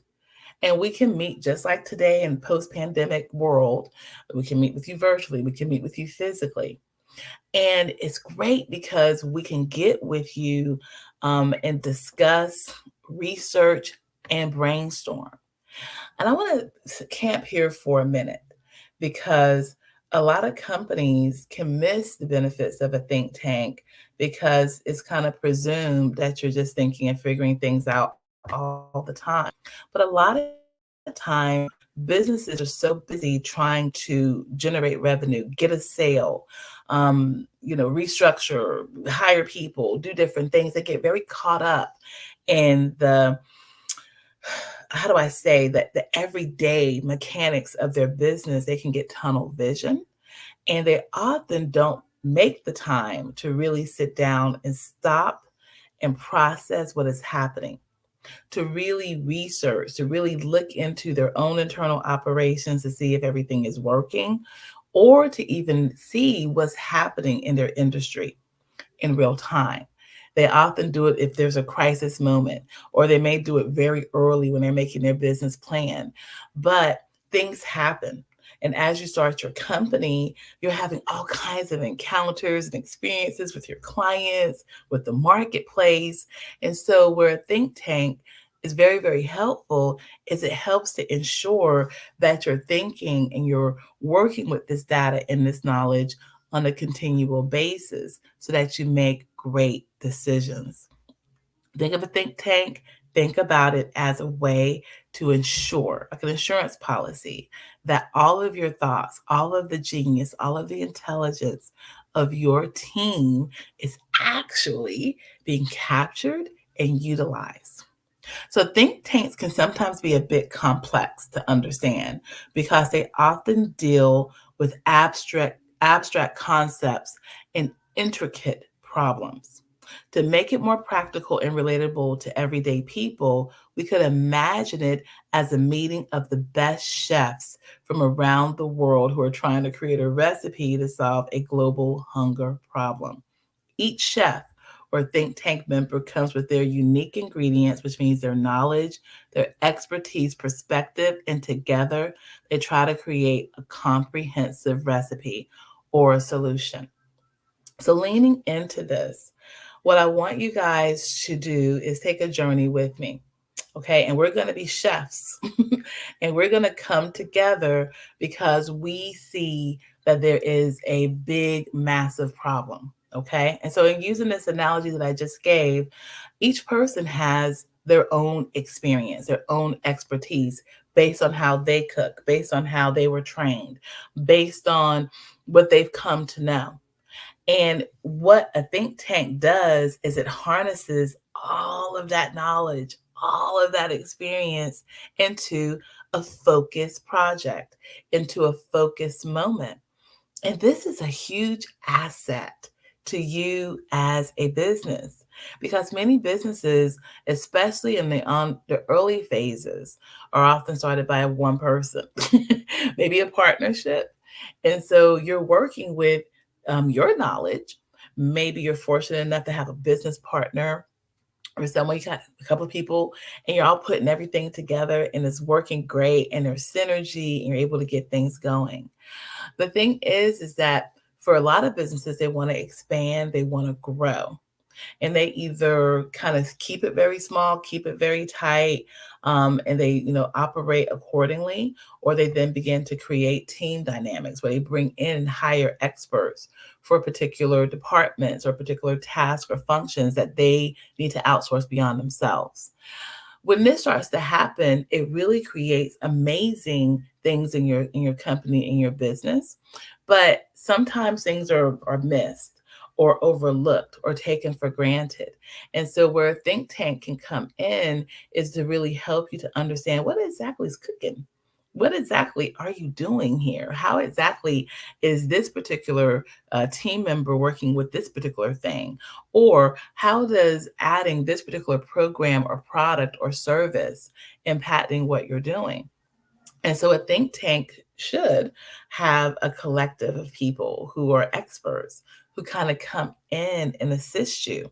And this can be very valuable, especially when companies are just getting off the ground or just starting, or if they have brought in something that is new and they're trying to make sure that it is cost effective. They're trying to make sure that it's actually meeting its goal, profitable, or maybe even that their team is able to integrate it well and do it to the level of their vision and how they would like to do it. So I thought I would share with you a few elements that can help simplify the understanding of a think tank. First of all, experts from different fields, okay? The benefits of that. So just like our chef's analogy, a think tank consists of experts who have a deep understanding of their specific field. These can be economists, scientists, psychologists, sociologists, political analysts, and more. Each person contributes a unique perspective based on their knowledge and their experience. So we may remember as youth when we wanted to do a research project for our teacher. They didn't just expect us to just pull it off the top of our heads. They often took you to a library, right? So maybe they would take the class and go down to the local media center or library, and they would bring the class in and set you free to go and find all kinds of periodicals or encyclopedias or articles and things like that to really help inform your project that you are working on. That way you could go and collect that data. So I want to give you another analogy to work with beyond chefs and recipes, and that is seeing a think tank as a living and breathing library of experts who come in and bring data and bring information for you and help you to really, know how to do a particular project well and do it informed. So often companies and businesses are winging it. They're kind of seeing, okay, I think this is a great idea. Let me throw it against the wall, right? But at the same time, you need to kind of take care of your daily operations or you're not going to be able to achieve your goals for that day. And so think tanks allow you to be able to walk and chew gum at the same time. It allows you to be able to research and figure things out that you need to do for your business while still running it. Okay. And so that's the benefit of having a think tank. Let's dig deeper. Research. This is the process where these experts delve deep into data, studies, reports, and other sources of information. So, having research as a part of your company is one of those underestimated things that a lot of businesses don't really feel like they have time for. They feel like, you know what, I gotta just figure it out as I go along, and this, that, and the other. And businesses do that and they do great. They can figure things out. But that's time consuming sometimes. And sometimes in the process of experimenting, you could alienate clients because you're missing the mark on what you're doing. You could actually exacerbate and exhaust your colleagues because they're overwhelmed because they don't really know if this is working for them. And sometimes they don't do things the way that you would like. And so research can be super helpful because it helps you to know who's gone before you and trying to do that. Or if you're looking at it from the standpoint of understanding a particular aspect of business better, it helps you to be able to get some data and some information to help you to be more effective. The other thing that is really great to have as a part of your business is discussion and brainstorming. Now, a lot of times companies do this in their meetings, and they try to use meetings and stuff to be able to do that. But sometimes you're not able to really drill down past that meeting and really see if all of these things are actually able to be applied because again, you're running your business. And so what I have found with businesses is that often meetings are best when they're practical and able to lead to an immediate result or decision. With bringing in a think tank, it gives you an isolated moment to really take out that project and bring in a team that really just focuses on that particular project or solution. Now, if there's anything else that's going on in your company, you can kind of go as usual, but you really have an isolated entity coming in to really drill down on that particular thing. And you, of course, can bring in yourself and key people on your leadership team to really focus in on that. But it's really useful because experts can come together to discuss their findings, share ideas, and brainstorm solutions while not disrupting your everyday flow. And so this is a very useful tactics that a lot of very prominent businesses, agencies, and institutions, academic institutions have been using for decades, which is why they're able to be prosperous. And so what we're doing at You Think Indigo is bringing this to the everyday person, the everyday business leader, so that they can be able to have this beautiful opportunity to have informed discussion and brainstorming that really gets to the heart of what's going on in their company. Policy recommendations can come out of this. So after all the research and discussion and brainstorming, think tanks often produce recommendations on how to solve the problem they're investigating. So these could be policies or steps that governments or businesses or even individuals can take. So this is where you really kind of see the think tank give you value, really address what it is that you need. You kind of have a gut instinct that something needs to change, or you need to bring something in, or maybe you should hire a person or outsource an initiative. But you just, again, haven't had the time or the opportunity to do the research around it to really know what needs to happen. One other thing that I think is really super awesome about think tanks is the opportunity for public engagement. So, good think tanks also engage with the public, sharing their findings, discussing their ideas. This helps make their work accessible to everyday people and allows broader discussion about important issues. So this is something else that's really great about coming in and utilizing a think tank is that we are pulling from all the other people who we're working with and who we are supporting into, like I said, a big ultimate library. And that benefits you because having access to a think tank gives you information, but also because of how we interact with the public, we are directly talking to them in real time. So you're not working with antiquated data. You're working with data that is relevant right now.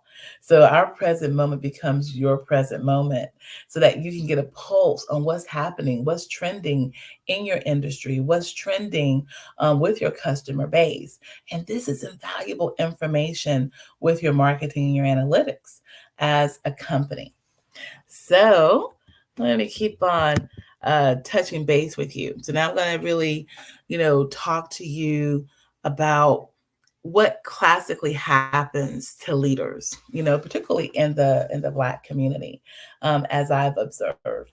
First and foremost, we have now probably the most African Americans and members of the diaspora all working and connected for probably like the first time in human history, thanks to globalization, thanks to the internet, thanks to social media and apps. It's amazing. And what I can tell you, and you probably have noticed it too, if you go out and you try to find out, well, what does it mean to be a Black leader in corporate America? Or how do you help people from other cultures integrate African American leadership style or Nigerian leadership styles or this, that, and the other? Not a lot of data there on it. Classically speaking, when people do business, they're often looking at it from a Eurocentric perspective, a capitalism, Darwinism perspective kind of thing. And enters You Think Indigo, a global think tank that is run by both an African American, so someone from the African diaspora, a woman, right? And to even get micro focused, someone who grew up in the southern part of the United States with a mother who is a New Yorker, right? I can have all kinds of flavors added to me. I also come from the industry of education, so I'm from academia as well, and I go into business. That's a pretty interesting combination.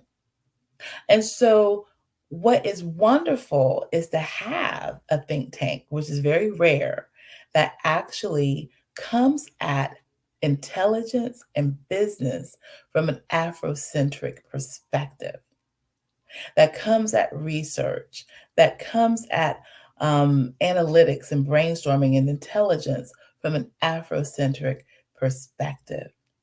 I'm so honored and so excited to be able to do that, to be able to bring that to the conversation.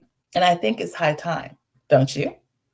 I think it's high time that we as African Americans start prioritizing intelligence in our business because we are highly intelligent, because we're highly capable. Something that is really beautiful. I'm a historian. Before I became a philosopher and a businesswoman, I was a historian. I was a classical high school history teacher.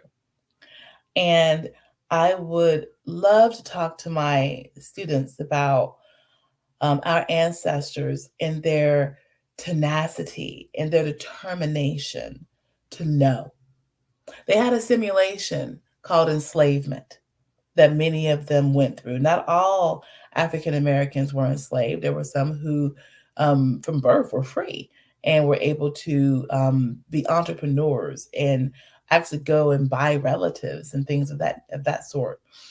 So that's often not talked a lot about in our history books, but the mass majority, or the vast majority, I should say, of our ancestors were enslaved, but they did not allow that to deter their intelligence. In fact, when emancipation happened, one of the first things that the quote unquote Negro did was start schools. Hence why we have historically Black colleges and universities. Yeah. And so there was this hunger and this drive to catch up and to learn the system and the world in which they were in, to understand this country and how to be able to survive in it, to thrive in it, to do business in it, to have a family in it, because we were, as a people, denied access. We were denied dignity. We were denied the European way of educating. However, what I find remarkable is that our people, because their intelligence was not based in the mind of another person, their intelligence was in themselves, was in their soul. They were still able to preserve a lot of their heritage, their stories, traditions, the use of sound, the use of music to preserve not only our history, but to also convey messages that led to freedom. And so it was our intelligence that reversed this mass terrorism that was inflicted on our people. It was our ingenuity and our intelligence that set us free.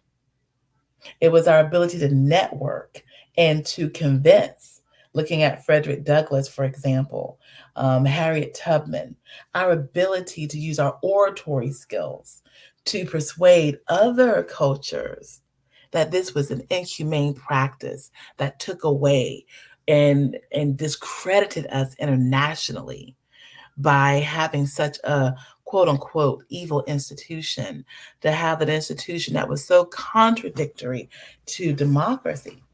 So these beautiful melanated souls who we laud during Black History Month were philosophers. They were able to use their high intelligence to be persuasive, all the way up to presidents, leading to major national conflicts that created change, like the Civil War. And so I would suggest that we as a people, that we as African American business people contemplate on this and ask ourselves, how are we bringing intelligence into our business? And why are there more than 6,000 think tanks throughout the world, with the highest concentration of them in our nation's capital here in the United States? Washington, D.C. has the most think tanks per capita than anywhere else in the world, the highest concentration of them. And we are considered, even still, despite some debates and some thoughts, we're still considered leaders of the free world. Is there anything to it? Thinking, the harnessing of thoughts, I would say. Thinking and thoughts create nations. Thinking and thoughts create businesses. Thinking and thoughts invent products, services. Thinking and thoughts help people to procure resources and grow them and preserve them. So don't underestimate thinking and thoughts and how they can improve your business. Ask yourself, as African Americans, how can I really take all of my high intelligence of myself as a business owner, as a conceptualizer of my work, and how can I harness that to elevate my work, to elevate my company? Furthermore, what about these wonderful people that I brought into my community, my virtual assistant or my team that I've grown? How can I capitalize and use their intelligence? More importantly, can I go out there and find intelligence with other people? Can I go out there and harness the intelligence of other people who look like me? Let me tell you a little bit more about my world in You Think Indigo as I look at the time and I'm mindful of it. So at You Think Indigo, I have been able to do something I'm very proud of, and I think is very extraordinary. I have been able to focus on 4 target groups that I want to love. And I say love. I use love very strategically. It's not the romanticized love of Valentine's Day. It is the love of humanity, charitable love. To actually respect the intellectual capability, the existence of humanity. I call that love. I call it love currency. And so I have been able to create a company that is very skilled in harnessing this energy that I will call Love currency. And the reason why I don't want to just skip over that and make it sound too hokey pokey and, too etheric is because respect and dignity of others goes far. Respect and dignity of other people's intellects can be a strong foundation for one's business. I'm good at it. The next thing I will tell you about my firm is that I'm a very good scout of talent. I have an ability with my probability gritting that I told you about earlier in the conversation. I am able to crunch probability at a high rate of accuracy based on a conversation with a person, based on listening to them, based on doing research on who they are, and discern what gifting is inside of them that could benefit humanity. Benefit beyond that, getting it more distilled, benefit a company, benefit a project within a company. I have that gift. And I have been able to amass an amazing, amazing team of analysts across industries. I don't just work, let's say, in the finance sector or the tech sector. I also am very adept at finding great educators to help you with issues around education, to help youth think through something they want to do in their school that can change the world. I am also very great at attracting people from the entertainment industry. In fact, that was an unexpected surprise in my think tank that people who are very, very prominent in Hollywood actually saw a benefit of my think tank in their project planning and creating documentaries and films, coming up with EP concepts and artist development. They, in working with me and becoming a part of our community, we have what is called a Thinker's Garden, where we offer complimentary membership and we really build relationships with our community. They came in and they were absolutely amazed at how beneficial our approach is, the Indigo approach is, in their business model or in their career. And so that is something that I want to throw out there to everyone is you think Indigo is a premier global think tank. There's nothing like us out there because they would have to be me and be my brain and my intelligence. And there's only one me. But I do say that think tanks, I think, are going to become amazing, amazing tools for businesses. And I'm very proud to be a pioneer in the Black business sector. I don't run across and have not run across in all this time another Black-owned think tank, but I'm not the only one. I just haven't had the honor of meeting the other ones that are out there. An important thing to know about me as a business leader is in my philosophy, we do not embrace a competitive or comparative mindset. So I don't come at business competitively at all. In fact, I choose to reject a lot of the Eurocentric impositions, the Darwinistic mindsets, survival of the fittest, the need to compete against another or see anyone in my field, my industry as a competitor. Nor do I perpetuate that with my clients to be that way with other businesses, which may sound like, well, wow, well, how do you even get in business or that, is that going to really work? What I would submit is that the beauty of this world and the beauty of business is diversity. There's more than one way to do something. And whatever resonates with you, some of you are very driven by competition. Maybe you were in the sports world, or you were, in a competitive marching band or something of that nature. And that drives you and that works for you. I'm not here to say competition is good or bad and that your way is right and my way is wrong or vice versa. What I'm here to submit is that I love that we have a different approach. I love that in our community, we focus on a person's intelligence first and foremost. That is the most prominent thing on our minds, is one's own intelligence, one's own company, their own business. And do research and we do at what's going on in the marketplace. We don't believe in burying your head in the sand, but we also don't think that fear, worrying about what somebody else is doing, is the best motivator and driver and leads to the best results. We actually think knowing and mastering your own capability is going to give you the advantage, because it is innovation, creativity that leads to an incredible outcome for so many businesses. So, to recap and sum everything up, because I'm going to have to get ready to go in a moment and tend to my company. We are very active in the house, and we have a room that we do starting in June, Tuesday, Wednesdays, and Thursdays at lunch. We gather to talk about who we are and our approach, but more importantly, we really spend time talking to people about their ideas and their thoughts around various topics that help to elevate them in their work. I would say that global think tanks are amazing. Now, there's think tanks and then there's global think tanks. I'm a global think tank. So sometimes most think tanks are embedded in academic institutions, government institutions. They're very micro focused on a particular region of their world.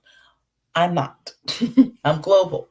And the reason why I would submit having a global think tank would behoove you is because we are in a global economy. We're not in an economy that's micro. The internet and social media have determined it is not so. And so I love to bring people together globally to understand their work better so that you can have opportunities to expand. So if you are a person who wants to go into the expansive realm, you definitely want to procure my services. And so I look forward to getting to know more and more of the beautiful souls who patron this network. I'm very happy this network exists. And that's why I take the time, like so many of us, to come and support Eric Kelly and his team. I think this is wonderful. And I love that there are so many of us innovating and breaking in and doing fantastic work. There's so many trailers here on this network. So full to see you again, Miss Nikisha. I think Nikisha's coming back. I'm very honored to be here. You can reach me at www.u, lowercase u, youthinkindigo.com. So www.youthinkindigo.com. And my information is there. You can also email me directly if you would like at melissa@youthinkindigo.com. And our number is 984-200-0069 if you're here locally. And if you're international, just let us know. We'll get in touch with you. Just, there's various ways to contact us, and we're happy to support. So, Ms. Nikisha, it's so good to see you. Thank you for the opportunity to share about what we do here at You Think Indigo and what a global think tank is. Thank you so much, Melissa. You did an awesome job. I was glued to my computer. And, you're doing an amazing job to have such an organization bringing together experts from different fields. And I think that that is something that we all need as business owners, to combine our expertise. So with that, I have just one question. How often do you meet, and what time do you meet for the think tank? Well, we are very, very active on Clubhouse. If you guys are active on Clubhouse, I would highly recommend you find Indigo Thinkers International. We actually have 5 or 6 houses that we are active in. I have about 30 team members based around the world. We're quite active. And so check us out there. And join the Thinkers Garden. The Thinkers Garden is complimentary. So if you go on our website, you'll see an area called the Thinkers Garden. Sign up, because we have calendars that alert people to all the complimentary events that we're doing.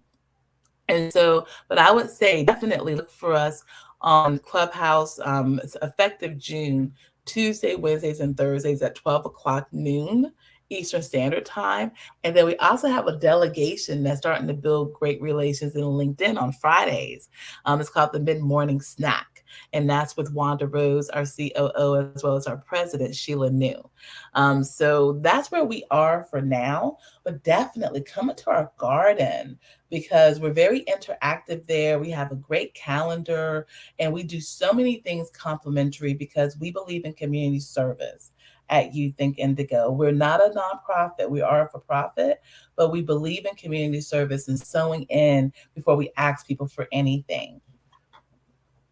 Thank you so much, Melissa. And don't forget, listeners, go over and become a member of the garden. Now for our sponsors. The Black Business Expo mission is to raise funds for high school seniors going to college or K-12 entrepreneurs. This expo is a fundraiser for students. You may go to www.blackbusinessexpousa.com to donate to the scholarship fund or use the Cash App that's on the screen below. That is $B boy, B as in bat, X as in X-ray, U as in umbrella, S as in sun, A as in apple. Our goal is to give laptops and up to $5,000 to 10 students. Students can register online at www.blackbusinessexpousa.com. Every dollar counts, so we want to remind you to donate to the scholarship fund. With that, we want to thank our Black Business Expo USA sponsors for May 2023. NC 100, Moody Capital Partners, Suede Soil, Lotus Ritchie Coaching and Training, Carolina, Virginia Minority Supplier Development Council, Step Management, BHS and Associates, Margie McLean Foundation, Inc., Genius is Common, Earth Essentials, Malayan Shani Global, Executive Women's Success Institute, The Quality Coaching Company, Superwoman Business Services, Creative Force Studios, Lee Entertainment, Artistic App Design, Black Business Expo USA. Genius is Common, and I'll see you on the other side.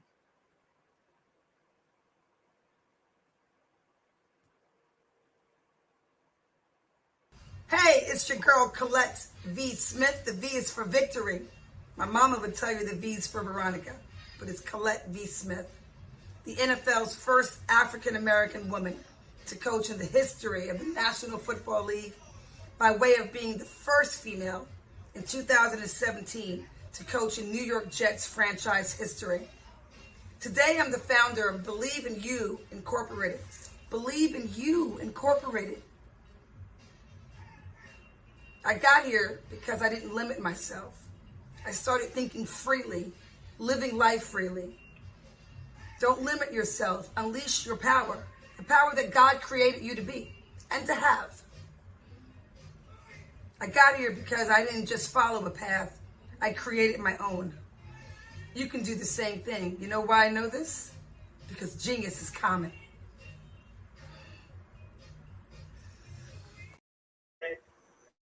IMF MOU for economic and financial policy multi-contract.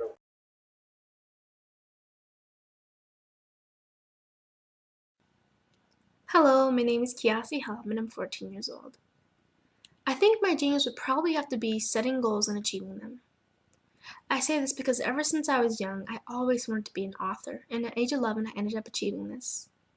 But not only did I end up becoming an author, I ended up becoming a public speaker, a publisher, a business owner, all these great things. The name of my business is Written by Kids Publishing Company. I decided to start this company because I thought it was important for me to help kids my age express themselves through literacy and just achieve their own goals. Because to me, achieving goals is the best thing in the world to feel. It's you just achieving things and aspirations that you set for yourself. And I know that everybody is capable of this because even if you don't end up achieving the goal, you still tried your best, and that's the most important thing. And everybody is capable of this because genius is common. Thank you.